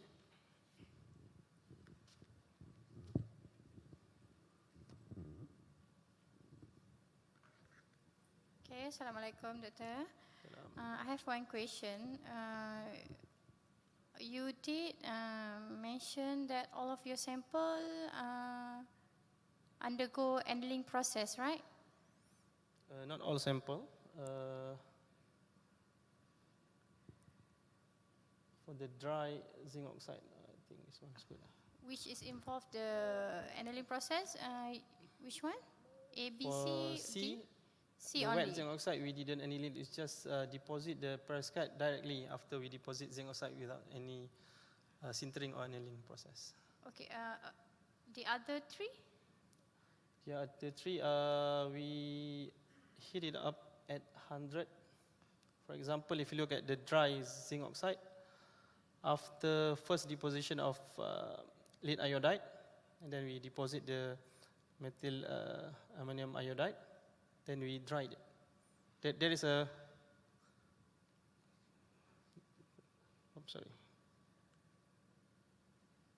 there is a sintering process on a hot plate for 80 degrees and 100 degrees Celsius. Okay, so is there any significant contribution besides the temperature dependence on the sample preparation? Firstly, we expect that by sintering or annealing the zinc oxide, we could get a better result, but unfortunately it is the other way around, because from the literature it was reported that the hydroxy OH group is one of the factors that deteriorate, or one of the factors that can cause the decomposition to happen quickly. But if you compare to the literature review, most people prepare the zinc oxide using a different way. Since we are not using a hydrolysis, there's no water added in the process of when we prepare the zinc oxide. So that might be the reason why we get a completely different result from others. Okay, so from your sample, the opaqueness of the sample, which is better, the darker or the light? I think darker is better. Okay. Okay, thank you very much. All right. Thank you for your question and answers. So if there are any other question from the floor? No question? Okay, so since there is no question, so we stop here. So thank you very much again to Dr. Muhammad Izziha bin Idris from University Technical Malaysia, Melaka. So we will proceed to the next presenter. Please welcome on stage Nur Azrina binti Idris from University Kebangsaan Malaysia. So she will be presenting her works entitled Effect of Copper Electrode Deposition Method Towards its Photocatalytic Performance. So please welcome on stage, and the stage is yours.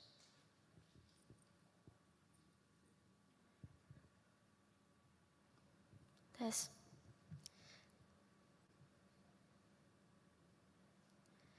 Okay, Assalamualaikum and good day everyone. My name is Nur Azlina binti Idris. I am a postgraduate student from Fuel Cell Institute, University Kebangsaan Malaysia, and this is the lineup of my corresponding author and my co-authors. So today I would like to present about my research finding entitled Photoelectrochemical Activity of Direct and Pulse Electrodeposited Copper Metal on FTO. So a little bit introduction about my research finding. So first, due to the rising population and economic growth, there is increasing in terms of global energy consumption. So to meet this energy demand, more energy will need to be produced. However, air pollution is also increasing because our current energy production releases a huge amount of carbon to the environment. So to prevent to solve the energy crisis and also the environmental issues, a more clean and sustainable energy will be needed. So hydrogen is known as a highly versatile secondary fuel and promising alternative energy carrier. So hydrogen is actually plays a vital role in attaining a clean and sustainable energy future. So how to get the green hydrogen? Started with, there's a method called photoelectrochemical water splitting, which is also known as PEC. So PEC is a promising approach for green hydrogen generation because it involves a low-cost method that utilizes solar renewable energy sources to split water into hydrogen and oxygen. This approach is also known as an environmentally friendly approach as it doesn't produce any carbon dioxide as the byproduct. So the main character for this PEC water splitting is actually the photoelectrode. So a good photoelectrode have to be highly efficient, made up of earth-abundant material, have a good stability, and of course low production cost. As of now, there are a lot of photoelectrodes that can achieve high efficiency. However, the price is very expensive for industrial scale application. So in this research, we are using copper metal because copper is well known as an earth-abundant material with high conductivity. But other than that, copper also enable the electron exchange, thus make it a potential electrocatalyst, which can be used to replace expensive noble metal.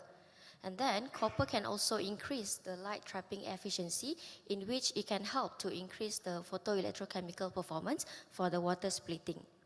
So this research is about fissile electrodeposition method to study the photoelectrochemical activity of the copper metal itself. So to fabricate the copper thin film on FTO, we are using direct electrodeposition method in copper sulfate pentahydrate and sodium sulfate electrolyte solution, where the working electrode is FTO glass, the counter electrode is platinum mesh, and reference electrode is the silver chloride. So the potential being applied is negative 0.2 to negative 0.8 volt with deposition time range from 300 to 1200 seconds in room temperature condition.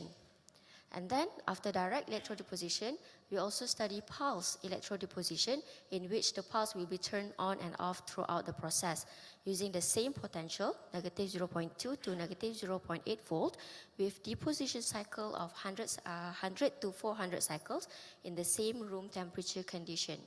So after we fabricate the FTO-CU thin film, we conducted a photoelectrochemical analysis with a scan rate of 1 millivolt per second for 19 minutes. The potential range is from 0 to negative 1 volt. And then followed by electroimpedance spectroscopy analysis with an amplitude of 10 millivolt. So this is the results that we get, starting with the confirmation of copper being electrodeposited on the FTO. So there's some EDX analysis showing that copper peaks appeared at 0.91, 8.03, and 8.89 keV. And there are also additional peaks of SN, O, and C, which originated from FTO and the carbon tip. Next is Xrd analysis was also conducted on blank FTO glass and FTO-CU samples. So we can see that copper displayed a more prominent peak with lattice plane of 111, 200, and 220. And we can also see that lattice plane 111 has a strongest intensity compared to the other two. And also, there are no additional peaks detected for this sample, showing that the copper that being electrodeposited is actually copper metal instead of CuO or Cu2O. So next, this is the plot for LSV, photoelectrochemical analysis, and also EIS. And those in the center is the summary of the photocurrent density generated with direct electrodeposition, the purple color, and pulse electrodeposition, the maroon color.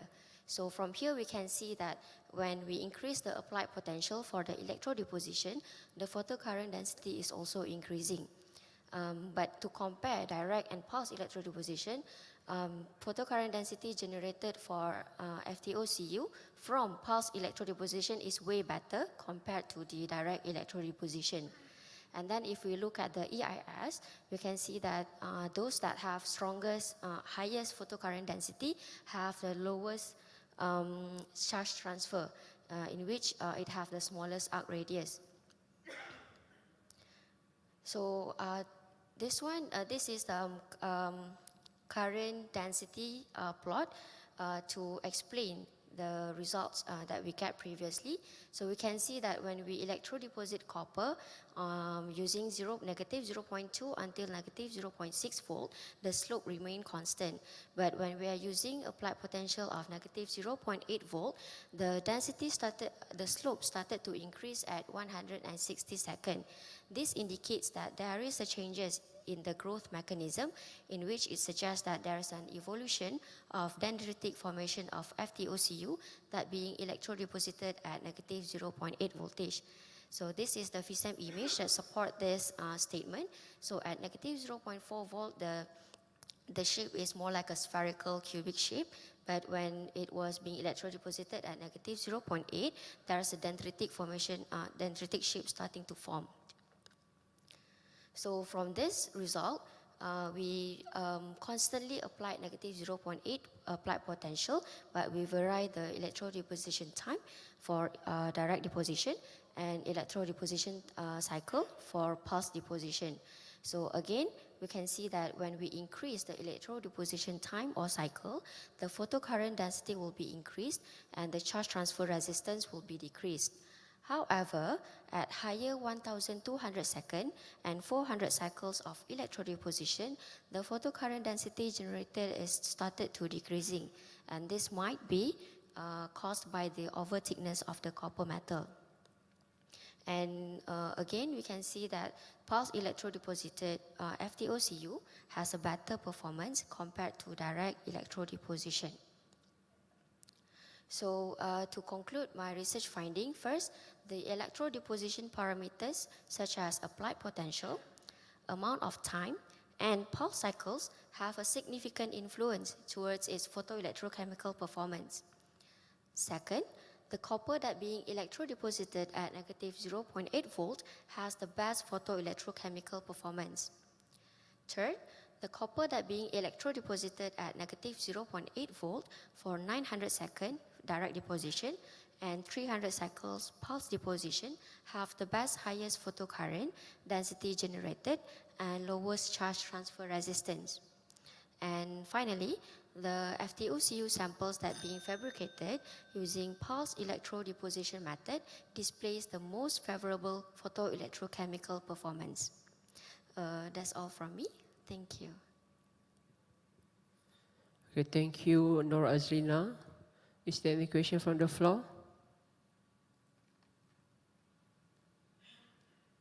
No question?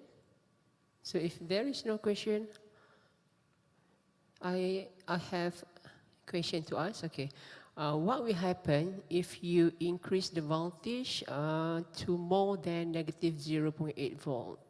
Okay, we tried that before. We increased the voltage to negative 1.0 voltage. So apparently, theoretically, the copper structure will be more dendritic, but electrodeposition of Cu on the FTO glass, when we apply potential more than that, more than negative 0.8, it started to detach back. It means that the copper is being electrodeposited, but due to over potential being supplied, so it detached again. That's why we stop at negative 0.8 volt. Okay, my second question, is there any explanation on why pulse electrodeposition give better performance compared to the direct electrodeposition? Okay, so theoretically, the previous research says that pulse electrodeposition gave better dense and also uniformity. But when we look at the FISEM, I did not attach the image here, but when we are looking at the FISEM, the structure of copper being electrodeposited using pulse method, it have less porosity, in which it helps in terms of productivity and uniformity of the copper thin film. Okay, thank you so much for the answers. Okay. So I ask again, is there any question from the floor? So there is no question, so we will stop here. So thank you so much again, Nur Azlina binti Idris from Universiti Kebangsaan Malaysia for a very interesting topic and presentation. Okay, next we will proceed with our next presenter, Please welcome on stage Dr. Muhammad Sharifuddin Yahya from University Malaysia Terengganu. So he will be presenting his work entitled Study on the Effect of TIF3 on the Performance of MgH2 Hydrolysis. So please welcome on stage.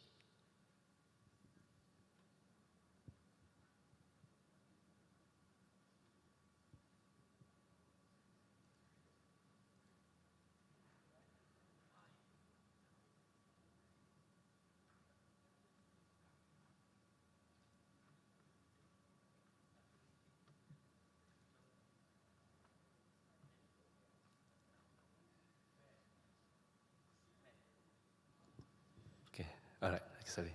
Okay. Assalamualaikum and very good afternoon. Okay, to chairperson, co-chairperson,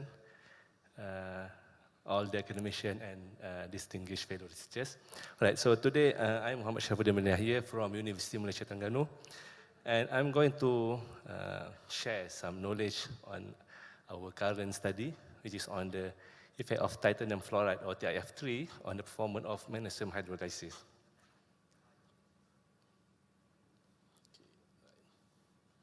Okay, all right. So before we go further on the detail of the research, so we start with some brief introduction, which is has been introduced or been explained by previous speaker. So we know that we have crisis on energy consumption. So last year in 2021, so U.S. Energy Information Administration, okay, already what we call projected the energy consumption will be around 883 quadrillion BTU or British thermal unit in 2050. Okay, so because of this high energy consumption, so now all of us starting to look for different energy pathway, which is more renewable energy resources, and in order to, because we know that in order to use renewable energy, which is normally some of them not grid connected or not centralized, we need an efficient energy carrier. So in this case, hydrogen is one of an ideal energy carrier. Why? There are several reasons on that. Okay.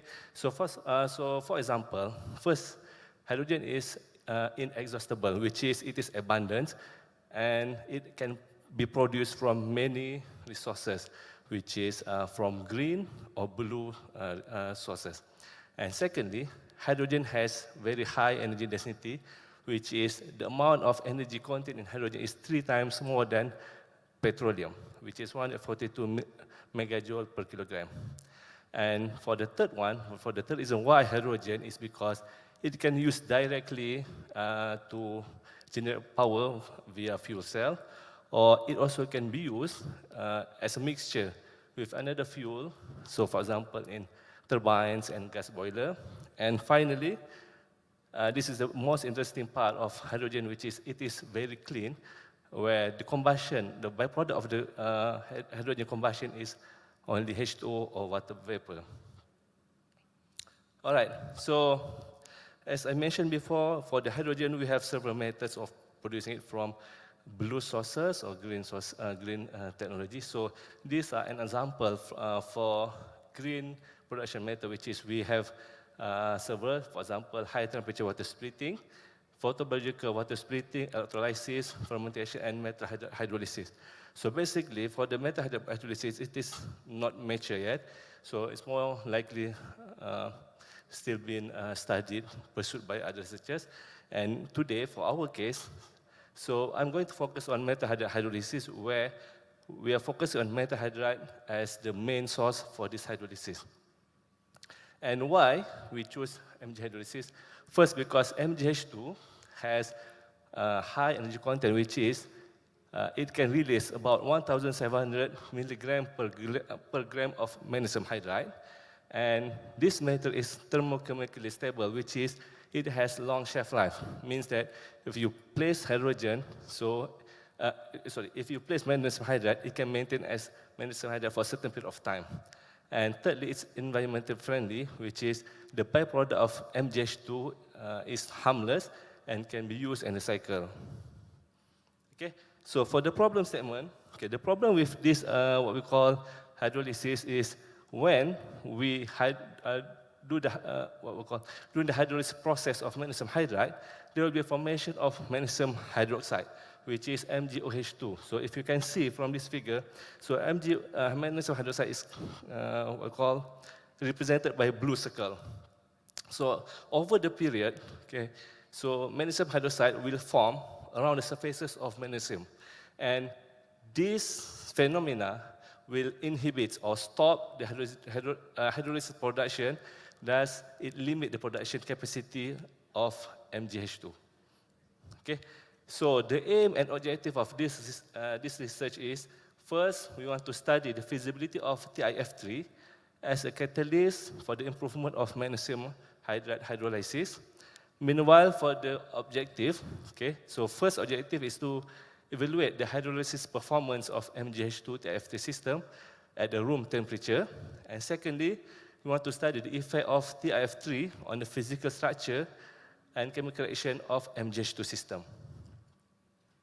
Okay, these are some literature review from previous researchers. We can see, for example, Gunn et al. Has studied the effect of AlCl3 on the magnesium, where it can release about 1,783 milligram per gram in 70 minutes at 30 degrees Celsius. Also, we can see that Tegel et al. Has studied the effect of zirconium bromide, and Mao et al. Has studied the effect of vanadium fluoride on the effect of hydrolysis of MgH2.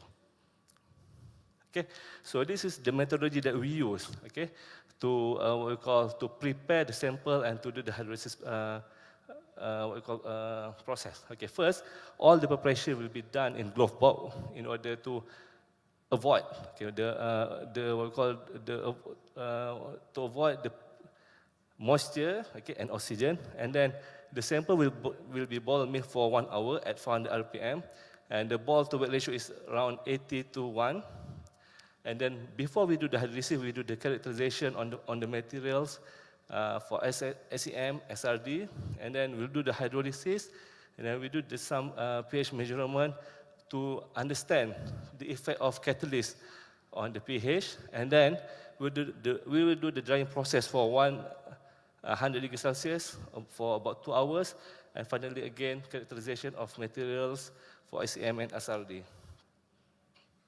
Okay, so for the hydrolysis process, so this is some of the apparatus that we use, where we use what we call 3-neck flask, where the first opening is for the water injection, okay, and the second opening is where you can see we measure the temperature so that we can know if there is any temperature changes during the process, and finally we will have opening that connected to gas counter to see how much hydrogen that can be produced over a period of time. Okay, so this is the hydrogen yield during the hydrolysis reaction of magnesium with titanium fluoride. I also include, okay, hydrogen yield by pure MgH2 and 1 hour meal of MgH2. Okay, for the pure MgH2, we can see that the amount of hydrogen yield are very low. It's very low, which is at 101 ml per gram, and it stopped at around 3.4 minutes. Okay, so we can see that this is the effect of magnesium hydroxide that limits the hydrogen production. And we can see for the 1 hour meal, it increased about 5 times more. And finally, for the with catalyst, the amount of hydrogen yield is close to 700 milliliter per gram. All right, and then as I mentioned before, we want to study also the effect of the catalyst and the ball milling. So, as we can see for the pure MgH2, okay, so the particles is circular, okay, and then after we mill for 1 hour, okay, so the particle is significantly reduced, and then but with some agglomeration. Okay, so for further characterization with the catalyst, we can see that the materials, the size of the materials or the particles are become finer, and with less with less what we call agglomeration. Okay. And then next, we can see the effect of pH on the addition of catalyst. As we can,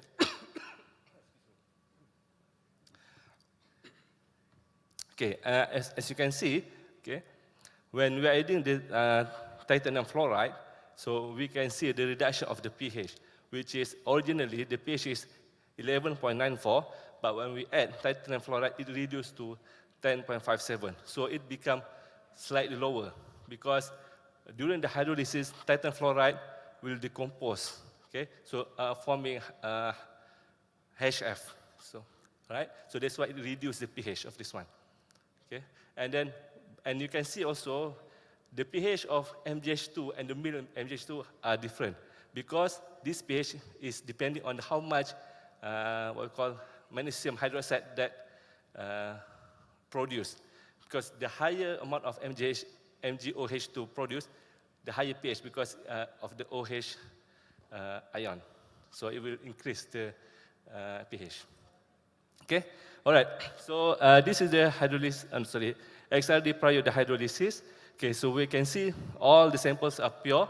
So before the milling, so it's 100% MgH2, and then with the sample, we have only MgH2 and TiF3 before the hydrolysis. Okay, and after the, Okay, and after the hydrolysis, you can see, okay, for the first one, for the A, the lowest line, so it's for the pure MgH2, where you can see there are still lots of peaks of MgH2 even after the hydrolysis. It shows that the amount of MgH2 converted to what we call magnesium hydroxide are very low, and then at the same time, it shows that how low is the hydrogen production. And then so for the B, is for the mild MgH2, so there are still some peaks of MgH2 left, but more peak of magnesium hydroxide. So it means that when more peak magnesium hydroxide means more hydrogen release. And finally, for the third one, the top one, is a peak for magnesium system with the catalyst.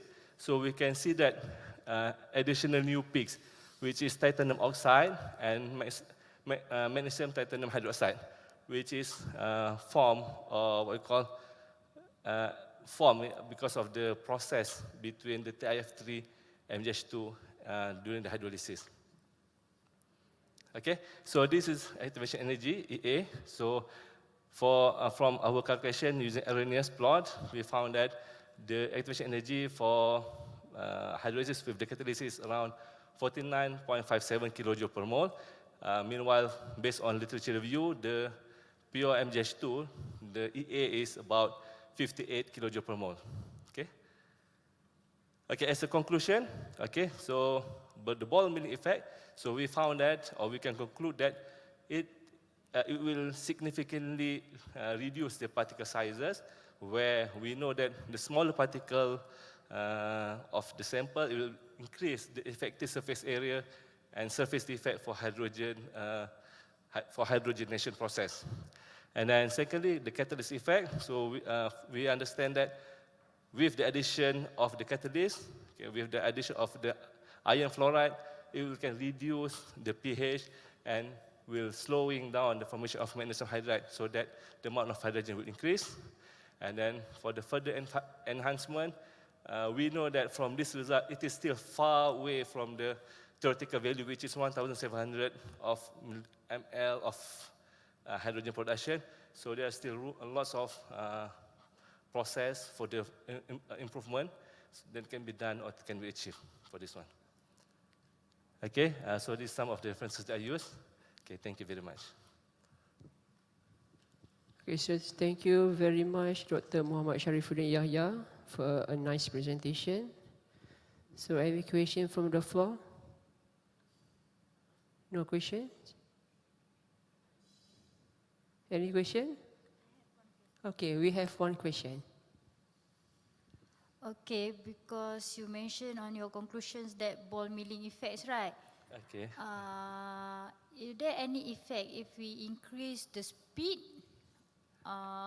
like variable parameter like speed or long milling time or whatever? Okay, so for this one, actually, we done study on, we make it longer milling time. Actually, we tried with just slightly longer, which is, this one is 1 hour, so we made it to 3 hours, so the effects become negative, which is, the amount of hydrogens become less. So we are thinking that it's because of the agglomeration, because of the cold welding, or maybe there's something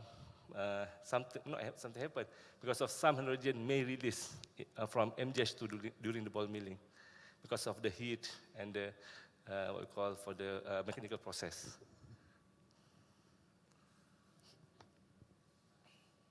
Any other question?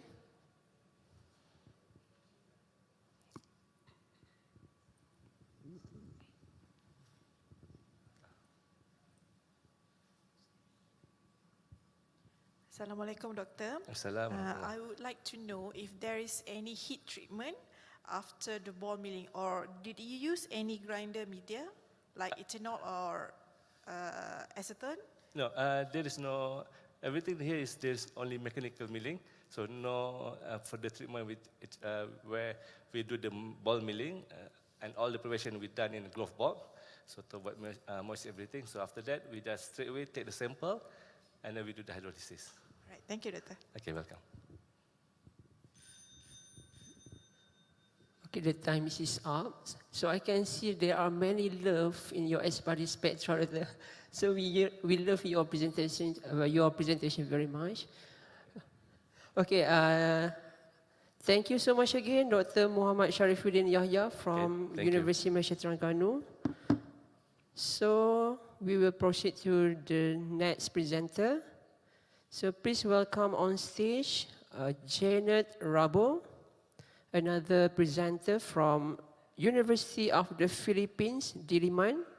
So she will be presenting her research entitled Structural Formation and Conductivity of Scandium and yttria co-doped zirconia oxides via pulse laser deposition. So the stage is yours.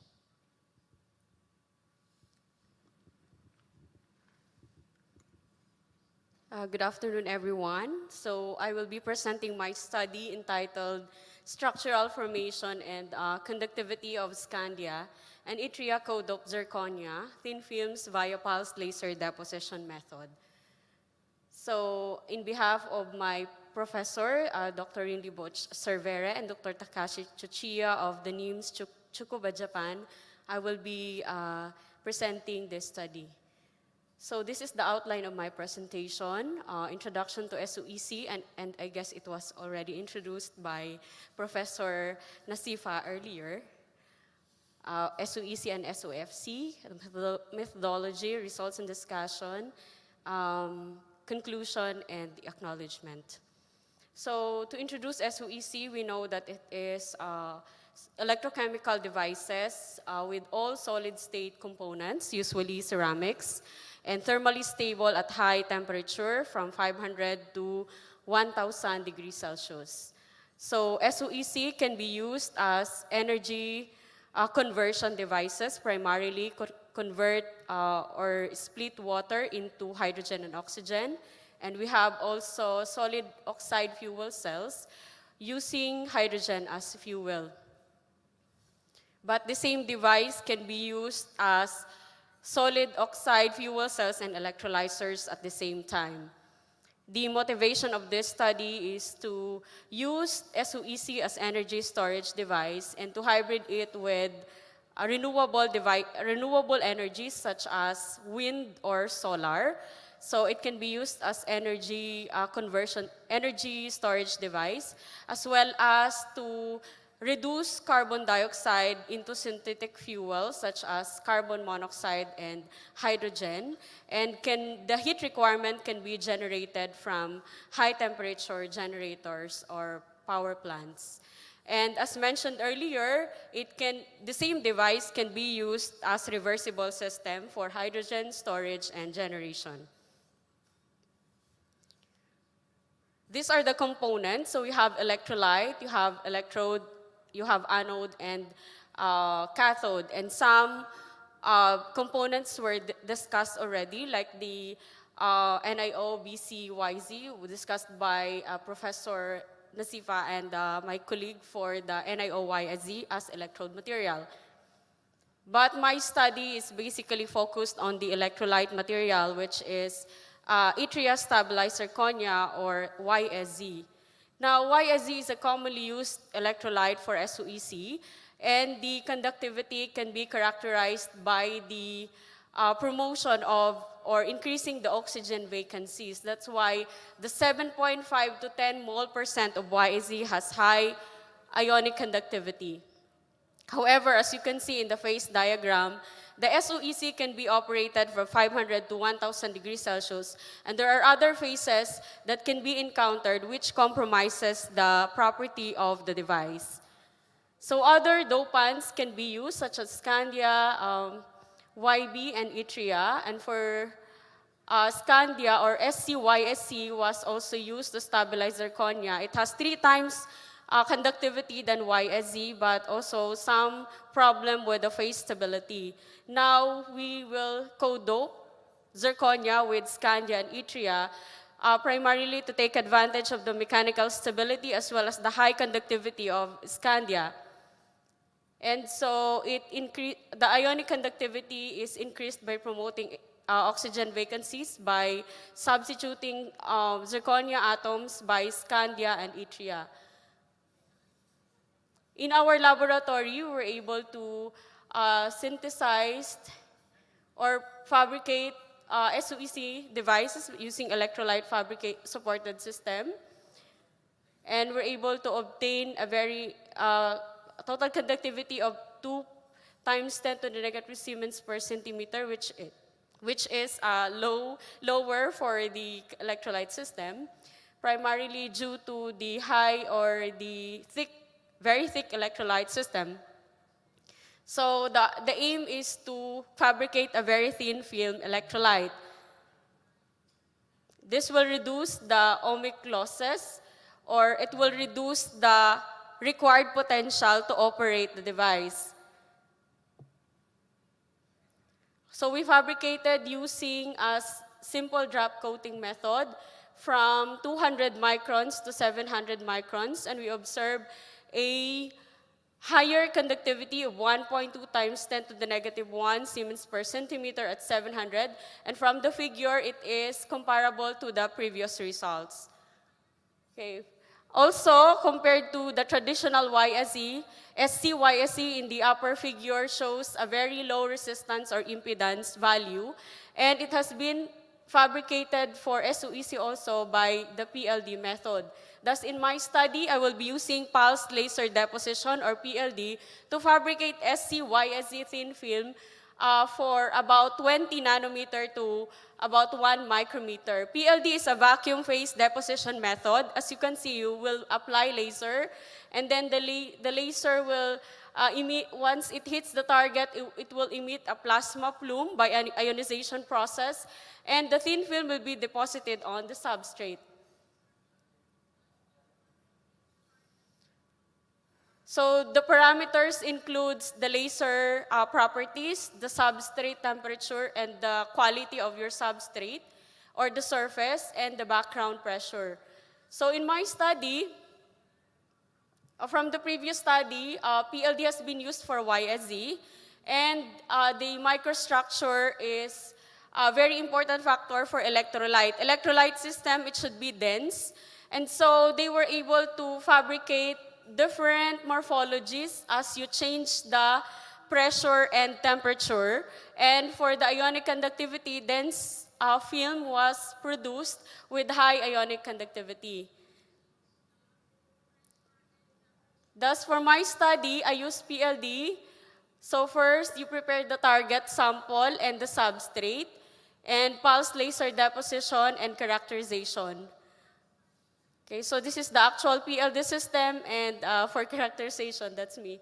So for the results, you have the substrate silicon with silicon oxide layer, and then SCY was deposited on top of the substrate. And this images shows the cross-sectional images for A and B, and on the left side is for the surface. And we're able to fabricate dense electrolyte with some agglomerates or droplet-like structure. For the results of the effects of substrate temperature on the structure, we use X-ray diffraction analysis. And these are the temperatures, 25, 200, 400, and 800. And for 25, obviously it's amorphous. And from 200, it starts to crystallize, and then finally fully crystallize at 800 degrees Celsius. And the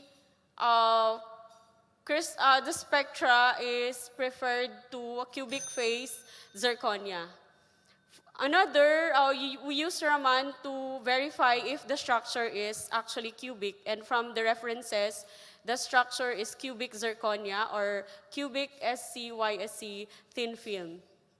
The effect of structure on the morphology, so we were able to obtain dense structure from room temperature to 800, and the effect of pressure on whether there would be porous. So from lower pressure, you have dense, but it becomes more porous as you increase the pressure. And we also summarize the structural map. For electrolyte system, we need to fabricate dense and crystal, and one with a higher conductivity is cubic. So you can refer to the figure.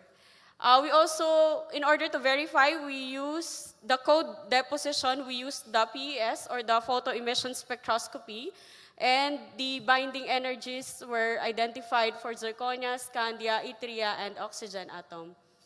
And initial investigation on the conductivity, we're able to obtain about 0.128 times 10 to the negative 1 Siemens per centimeter at about 700 degrees Celsius, and I forgot to provide the bar.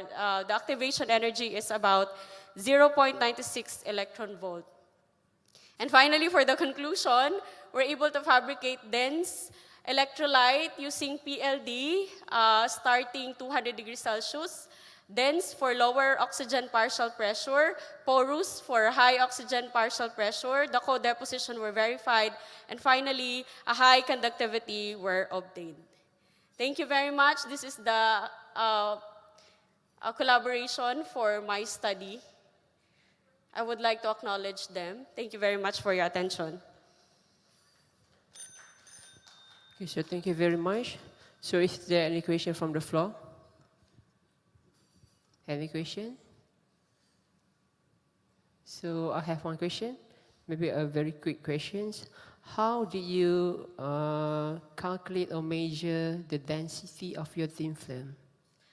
Basically, thank you for that very good question. Actually, that is very relevant for my study. Right now, we are only do the qualitative analysis by SEM, scanning electron microscopy. Or from scanning electron microscopy, then you get the value of density for your film. Density or thickness? No, for SEM, you cannot. Porosity, yeah. Yeah, you can also attest if it's compact, dense, or if it's porous, because voids can be observed if it's porous. Using ImageJ software? Sorry? ImageJ software? Yeah. Sorry? Did you use ImageJ software to measure the porosity of your film? No, I only use it to measure the particle sizes. Oh, particle size. Yes, but you cannot measure the density for the surface. Okay, good. Thank you so much. So if there is no questions, so then we stop here. So thank you very much again to Janet Rabo from University of the Philippines.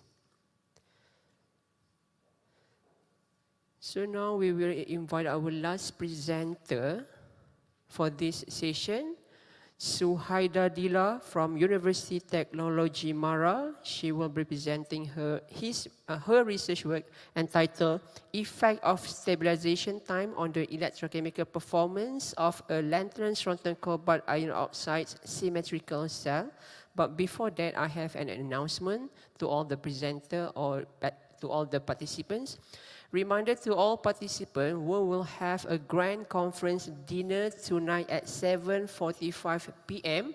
at Dewan Bunga Emas. 7:45 p.m. at Dewan Bunga Emas. The Mass Award also will be presenting during tonight dinner. So see you all tonight. Okay, Suhaidadila, the stage is yours. All right, Assalamualaikum and a very good evening to all. Today I would like to present part of my study, which is the effect on stability time on the electrochemical performance of LSCF symmetrical cell. My name is Suhaidadila binti Safian and I'm from UITM Perlis.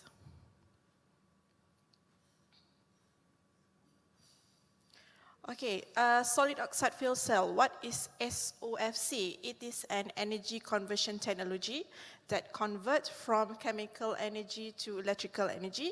It consists of three parts, which is anode, electrolyte, and also cathode. Meanwhile, we are focusing on the PCFC, or protonic conducting fuel cells, where it operates at intermediate temperature. Okay, what is actually intermediate temperature? It works between 600 to 800 degrees Celsius, where at intermediate temperature, it has many advantages, such as it increases the durability and also thermal compatibility. It suppresses materials aging, and also it widens the choice of selection materials. Okay, we are focusing on LSCF cathode material, which is lanthanum, strontium, cobalt ferrite. This is the most investigated and also representative MIEC cathode for intermediate temperature SOFC. It has very high ionic and also electronic values, where the successfulness of the LSCF is due to the high surface oxygen vacancies due to the doping of strontium. Okay, the drawbacks. Okay, during EIS measurement, the heat treatment or stabilization period before the applied sinusoidal begins is very critical, as if there is not enough time being drift in the baseline, this may lead to the unsteady of EIS data. So the solution for this study, which is one strategy for maintaining the stability of the EIS performance, is to allow sufficient settling time before the applied sinusoidal signal begins. Enough time must be allowed for the system to reach the steady states. And for this study, the samples of our symmetrical cell was stabilized at 700 degrees Celsius, being compared with two periods, which is 34 hours and also 17 hours. So we are determining the effect of stabilization period on the electrical properties of the LSCF symmetrical cell. So this is the methodology. We made the powder preparation, which is the electrolyte, BCZY, the cathode, which is the LSCF, and then for the BCZY is being our pellet with 25 mm diameter. The cathode has been spin coated on the BCZY pellet. Okay, this is the symmetrical cell, and this is the configuration of our symmetrical cell. And then we did our electrochemical performance, which is for 37 hours and also 17 hours. And also we checked the microstructure of both pellets. This is using the EIS and using the SEM. Okay, for electrochemical performance, as you can see here, for S34, which is samples that have been heated for 34 hours, the ASR is 0.39 ohm per centimeter square. Meanwhile, the samples of S17 is 0.74 ohm per centimeter square. Okay, and then this is the microstructure analysis of the cross-section for our symmetrical, which is the A is for S34 and the B is S17. As you can see, there is no difference between S34 and also S17. Okay, so go to the conclusion. As we can see, the symmetrical cell of our LSCF, BCZY LSCF, showed the lower ASR, which is 0.34, with the amplitude voltage of 10 millivolt, frequency of 1 megahertz to 10 millihertz. ASR values decrease as the stabilization period lengthen with no significant changes in the microstructure. Okay, that's all for my presentation. Thank you. We go for the Q&A session. Thank you, Suhaida Dila. Okay, is there any question from the floor?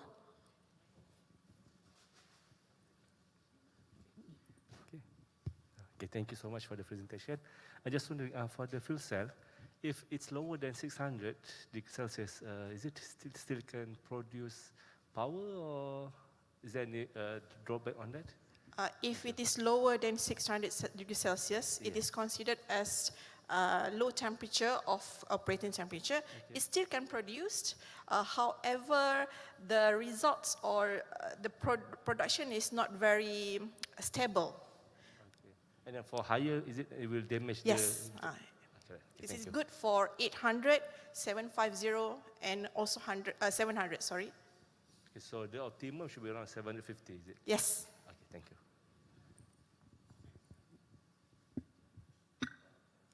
Okay, any other question? Before we end our session? So maybe we have one last question from me. Okay, why 34 hours and 17 hours? Why? Why did you choose?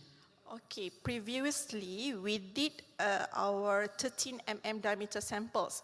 Our stabilization time is 13 hours.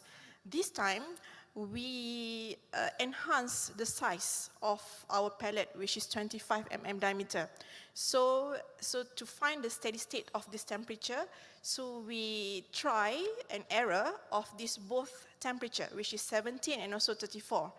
And for this 13 and 17 and also 34, it shows the lowest of RS value, which is ohmic resistant, and also good ASR for S34. Thank you. Okay, thank you for the answers. So, there is no question from the floor? Okay, so thank you so much again, Suhaida Dila from University Technology, Mara, Thank you. UITM. So, ladies and gentlemen, we have come to the end of the session. I would like to thank all the presenters and audience for these fruitful sessions. Thank you for your time and attention. Thank you very much also to the organizer for giving me the chance to chair this session. I really appreciate it. With that, Assalamualaikum, good evening, and have a good ahead in Kelantan.